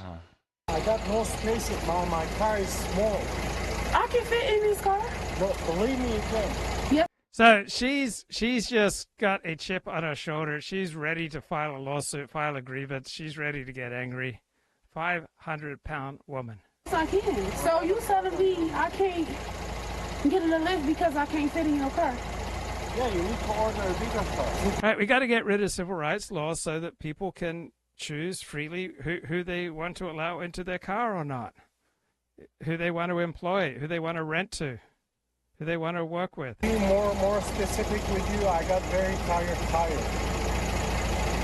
What I got to do with your tires? Listen, I love this, okay, for a lot of reasons, okay? But the driver had a bad excuse because he said he's worried about his tires. She clearly has a spare tire, maybe even two, if we're going to be honest. This is not quite Queen Latifah. This is more like Dairy Queen. And again, the story is hilarious because why is she suing? She's like, he hurt my feelings. Dude, I'm a cab driver, and people called me fat my whole life. You're not supposed to have feelings when it comes to mass transit because everyone on the road is your enemy. Well, there are people that run around that are just litigious people. Yep. Right? They look for these incidents. Right, we have them in Orthodox Judaism, where people are often incredibly generous and open to other members of the community, and they may have a communal event at their home, and then these horrible people go to the home and do a slip and fall and sue the homeowner. I mean, I don't know. I mean, maybe sometime a plus-size person could pick like the smallest car possible just to make the case better. I mean, but this is a way of, for some people, I'm not saying this individual, but in some people to make money. Of course. And companies settle. I don't know if, Lyft wouldn't tell us about have anything in the bank. I mean, that's the problem.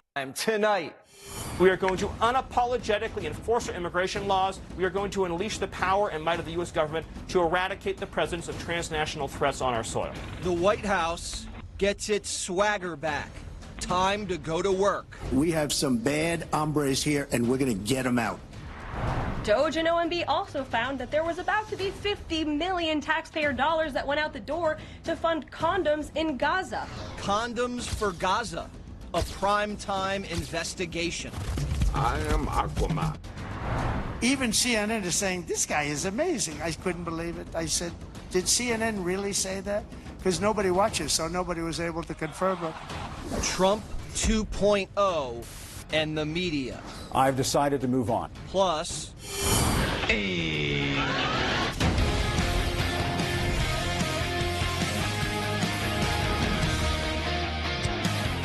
swagger's back in the White House. And I remember I went to shul one Shabbos morning, and there was Fonzie. He was there for the bar mitzvah. It's not just coming from the Oval. The briefing room today felt a little different. Caroline Leavitt, for the first time, was behind the podium. And there was not a binder in sight. Elliot Blatt's got a great suggestion. Instead of condoms for Gaza, why not Depo-Provera for Gaza? The press secretary said, my binder is in my head. And right away, she set a new tone. While I vowed to provide the truth from this podium, we ask that all of you in this room hold yourselves to that same standard. We know for a fact there have been lies that have been pushed by many legacy media outlets in this country about this president, about his family, and we will not accept that. We will call you out when we feel that your reporting is wrong or there is misinformation about this White House. So, yes, I will hold myself to the truth, and I expect everyone in this room to do the same. Caroline Leavitt's 27, has a baby, not a binder, has access to the president and can speak English. Oh, and her hair is as golden as the age we're in. She didn't waste anyone's time with shenanigans. She came right out and announced the drones in Jersey were ours. I do have news directly from the President of the United States that was just shared with me in the Oval Office. From President Trump directly, an update on the New Jersey drones. After research and study, the drones that were flying over New Jersey in large numbers were authorized to be flown by the FAA for research and various other reasons. Many of these drones were also hobbyists, recreational, and private individuals that enjoy flying drones. In time, it got worse due to curiosity. This was not the enemy. So Biden lied. The whole administration acted like we were crazy, and we were right. We were just testing out some new gadgets over our own territory. It wasn't the Iranians or the Chinese or aliens. It was Joe. After that revelation, the media wanted to move on, and they blamed Trump for inflation. Egg prices have skyrocketed since President Trump took office. So what specifically is he doing to lower those costs for Americans? Really glad you brought this up, because there is a lot of reporting out there that is putting the onus on this White House for the increased cost of eggs. I would like to point out to each and every one of you that in 2024, when Joe Biden was in the Oval Office, or upstairs in the residence sleeping, I'm not so sure, egg prices increased 65% in this country. What's also contributing to that is that the Biden administration in the Department of Agriculture directed the mass killing of more than 100 million chickens, which has led to a lack of chicken supply in this country, therefore a lack of egg supply, which is leading to the shortage. Reporters kept trying to play games, and it didn't go well. How many have a criminal record versus those who are just in the country illegally? All of them, because they illegally broke our nation's laws, and therefore they are criminals as far as this administration goes. I know the last administration didn't see it that way, so it's a big culture shift in our nation to view someone who breaks our immigration laws as a criminal, but that's exactly what they are. The culture shifting. The law is the law, no more DEI hires, and if you don't want to work, bye-bye. Trump offering buyouts to bureaucrats who don't want to return to the office 5 days a week. If you don't want to do a 40-hour work week in person like the rest of us, then these remote rent seekers can resign with severance and benefits until September. Over at the Department of Justice, they're calling it, quote, a wholesale demolition. Every lawyer who worked on Jan 6 cases is getting pink-slipped. Quote, it feels like a nonviolent war. It's just wild. Everybody's a sitting duck, and these people have no power or control over the situation. People are just in a state of shock and devastated. This administration wants folks dialed in, hard at work, and up early. Kristi Noem, up at the crack of dawn, 2 a.m., suited up in an ice vest, overseeing the first migrant raids in Manhattan. Less than 48 hours after her confirmation, Noem's out icing illegals, taking out the worst first. Getting dirt bags off the streets is what she calls it. She said she was inspired by her dad. We were building fence, stretching wires, and out there putting up about 1.5 miles of this fence, and he turned to me and he said, Kristi, where's the post mall? Which is the post pounder that you pound the posts in with. And I turned to him and I said, it's in the truck. And he said, go get it. So with my dad, you ran everywhere you went. I turned and ran to the truck, grabbed the post mall, brought it back to him, handed it to him, and as I handed it to him, he said, you should know what I need before I know what I need. And I remember being a 10-year-old girl thinking, how am I ever going to know what he needs before he knows what he needs? But what he was doing was teaching us to think ahead and to think 3 steps ahead of what he needed. This whole administration's operating 3 steps ahead. Tom Homan pinched 1,200 migrants yesterday. A lot of them bad hombres. One, a Dominican who beat his pregnant wife to death in front of their kid. He was popped in Boston. The Trump team's publicizing these raids to good effect. It's like cops, migrant edition, running on loop. And it's scaring the caravans into making U-turns. Border crossings are plummeting. Look at that. In a week, Trump slashed Biden's border crossing numbers by more than half. The border's gone quiet, and Trump didn't need Congress to fix it. Just another one of those Biden lies. Marines are getting their hands dirty, welding the border wall shut. While the military plugs holes, ICE says they can finally do their jobs.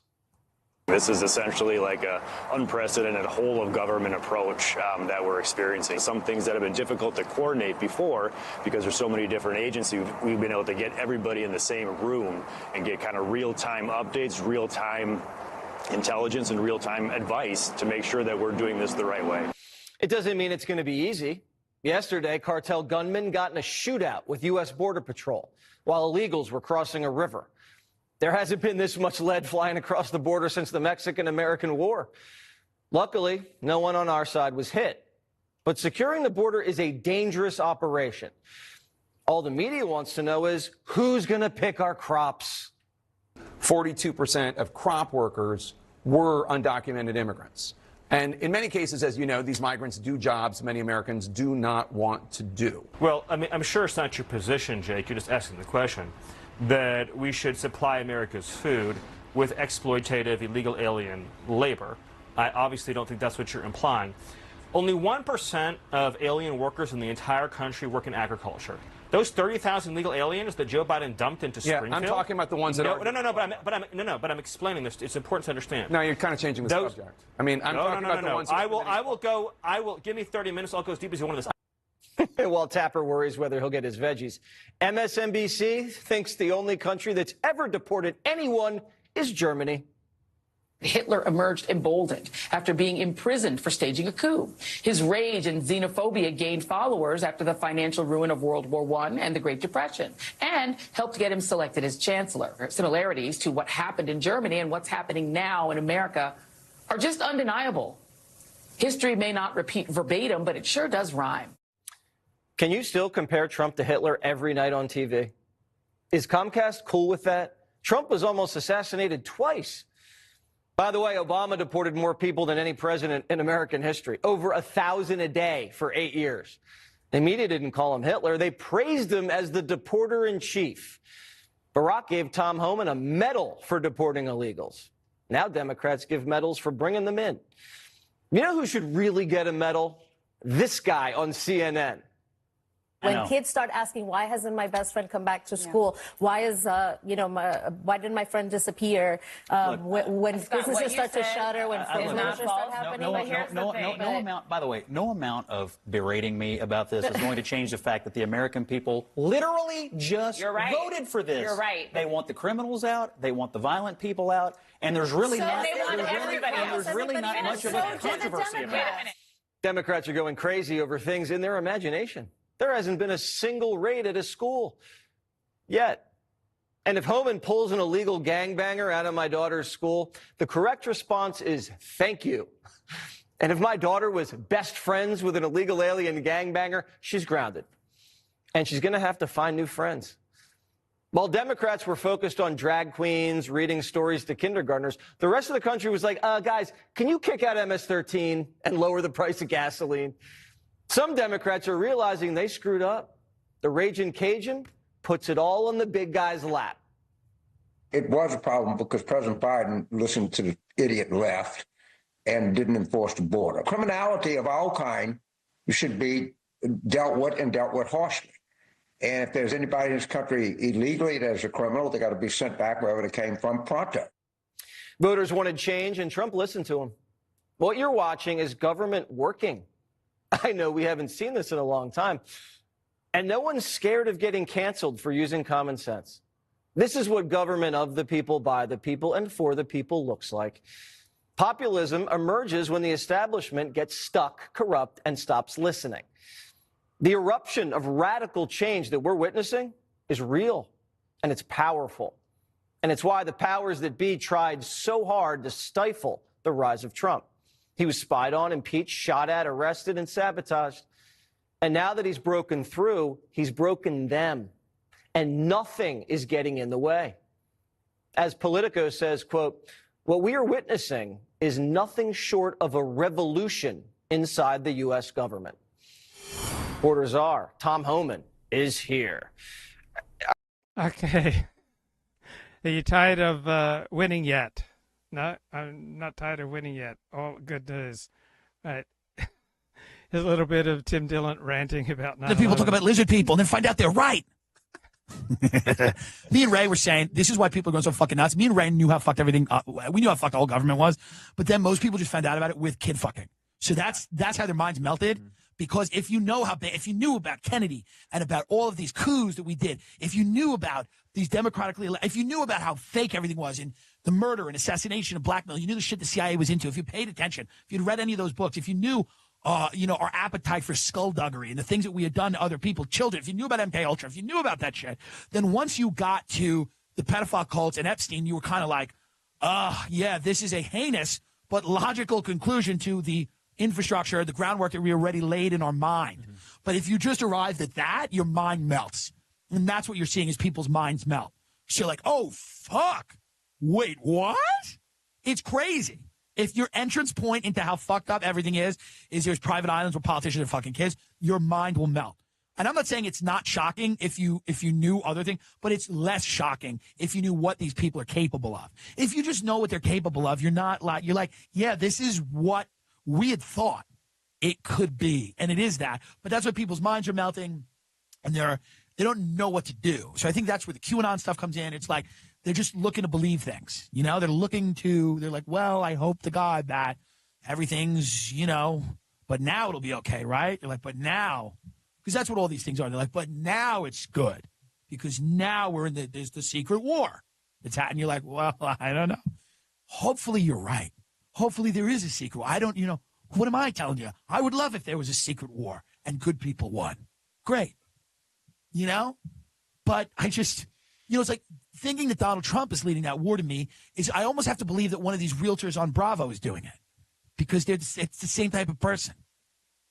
I would almost have to believe that, Yeah, one of the guys from $1 Million Listing is fighting a secret war to free all the kids that are being fucked. Really? Good. You would say good. You'd go good. The guy from $1 Million Listing that sold the house, the big house with the rooftop pool, he's doing the secret war? Oh, well, I'm happy about that. I'm not against that. I'm for that. If it's happening, I'm for it. I have no investment in it not happening. Good. That's what Ari Shaffir has to do to get in everyone's good graces. He's got to figure out who killed Epstein. Ari's got to solve the Jeffrey Epstein murder and then come back with a fire tweet naming the perpetrator. John McAfee did it recently. He's like, it was Tartaglione. It was his prison guard, and we're piecing the other things together. He's like, if you know how it happened, I'll buy you dinner. It's like, okay. Prince Andrew not cooperating. That's a shock. It's a shock. It's a shock.